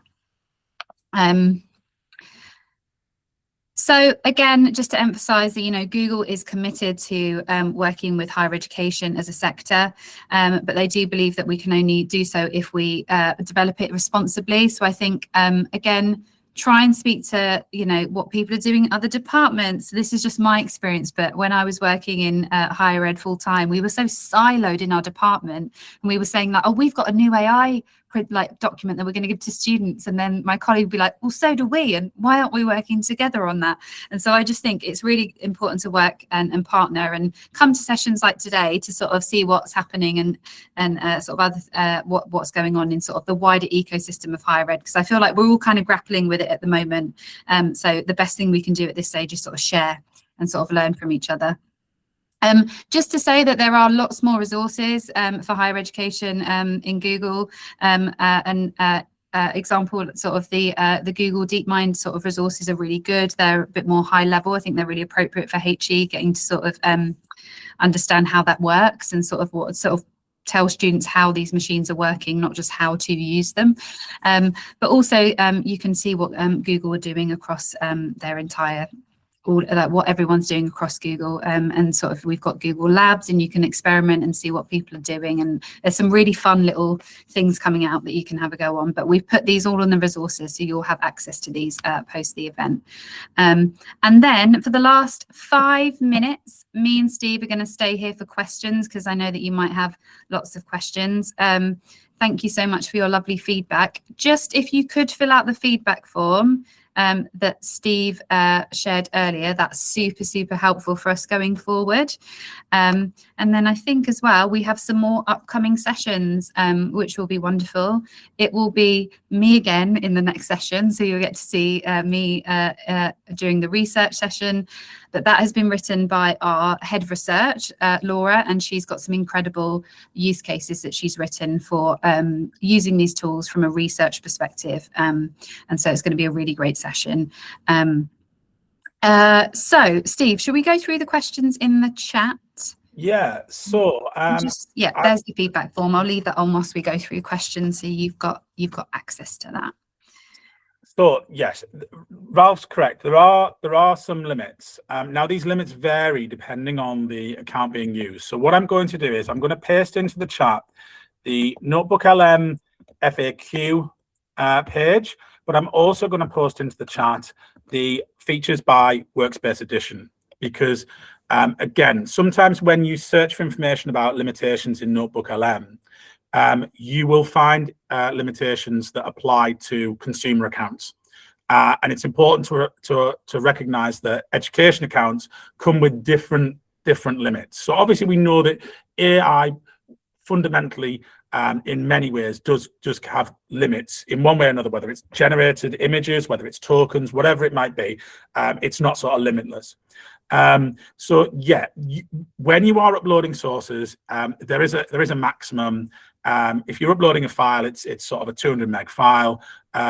We're looking at circa 500,000 words per source, and generally speaking, in the standard edition, you're looking at 50 sources per notebook, and there are daily limits in terms of how many audio generations and things like that you can use, but those are enhanced when you're using an education account. So it's always worth having a little look at the default answer on the FAQ, but then referencing the workspace features by edition for NotebookLM. And it's also worth going back to that over time, because they have recently amended the limits. So it's worth keeping an eye on that. But what we've found is that really curating your sources carefully allows you to get the most out of NotebookLM. So that's the answer to that. In terms of James, really good question about, does it listen to the spoken words or does it look for captions and transcripts? It will use captions and transcripts if they exist, but it will also run the audio or video file through its own speech-to-text software. So even if it doesn't have captions, or if those captions are spotty, it will try and do an improvement job on the existing captions by using its own speech-to-text. And again, that's developing over time. So if it's previously run, it may now be able to do an even better job than it did previously. As Louise has called out, that workspace updates blog where you can subscribe is absolutely wonderful. What I would say is that you'll get an email every single day, and it can get a little bit overwhelming, but you'll also get an email once a week that summarizes it. And if you look out for it, the subject lines are slightly different, so you can kind of filter in your emails so that you don't want to see the daily ones, you just want to get the weekly ones. But in terms of keeping on top of functionality, it's probably never been more challenging. The rate of change, Louise and I were discussing this earlier, the rate of change has never been as rapid as it is right now. And we're people who kind of have always been good at keeping up with tech, and if we're finding it ever more challenging, then we obviously need to keep that in mind and do whatever we can to provide that information out in a really user-friendly format. And that blog with the email subscriptions is a really good way of doing that. Just to say as well, within Notebook, if you go to settings, you can provide feedback to Notebook, which is really helpful if you are having issues, you can then report it within Notebook itself. I would really encourage you to do that. So if your notebook is getting stuck or it's freezing, that has happened to me before. I usually just prompt it again using the same prompt. If it's happening repeatedly, Steve, what would you recommend doing? I'm not sure what the issue would be there, but could it be an admin console thing? I'm not quite sure. It may be to do with the sources. It might be an opportunity to pare back the sources. We've noticed that there are occasions where Gemini NotebookLM is having issues. Usually when I step on a stage to do a live demo, it decides it's going to have problems. It maybe, it's like anything. If you're doing it at the last minute, computers have a really good ability to tell that it's last minute and vital and cause you problems. So trying to pre-prepare things as far as you possibly can. I've not had it where it consistently has problems over a series of days, but I have definitely had problems where it's not quite behaving itself. And I've come back to it a few hours later and everything's been hunky-dory. Or I've run through my demo the night before and it worked perfectly, and then I step on the stage and it's like I'm speaking a different language and it doesn't understand me, and I'm like, this is strange, this worked perfectly last night. So just keeping in mind that it is constantly evolving, constantly developing, and like anything related to technology, it can go wrong. So I tend to have lots of pre-prepared examples when I'm demonstrating something, so that it's, because apart from anything, it takes time to generate a lot of the examples. So having some pre-prepared ones up your sleeve is always really, really useful. Sorry, someone's just said the feedback form's in Italian. If you try this link and QR code I've put on the screen there, that one is coming up for me better. I wonder if the other slide is directing you to a different one. Let me just, so if you try this one on the screen, and just remember that the bit.ly link is case sensitive, that would be great. Right, we are over time, and I'm conscious I don't want to take up people's time if we said we were going to go to 5. Thank you all so much. It's been really wonderful, and please do come to the wonderful, it's working now, apologies about that. But yes, please do come to the future ones, because we will be looking at the tools, but looking at them through different contexts. That might be useful if you work across your university or if you work across your sector, just to see how we can sort of use these in other ways. But big thank you from me and Steve. Thank you, Steve. And we can, oh, one more question. Oh, I'm not so sure. I'm not sure. Okay, I'm gonna go now. Thank you, everyone.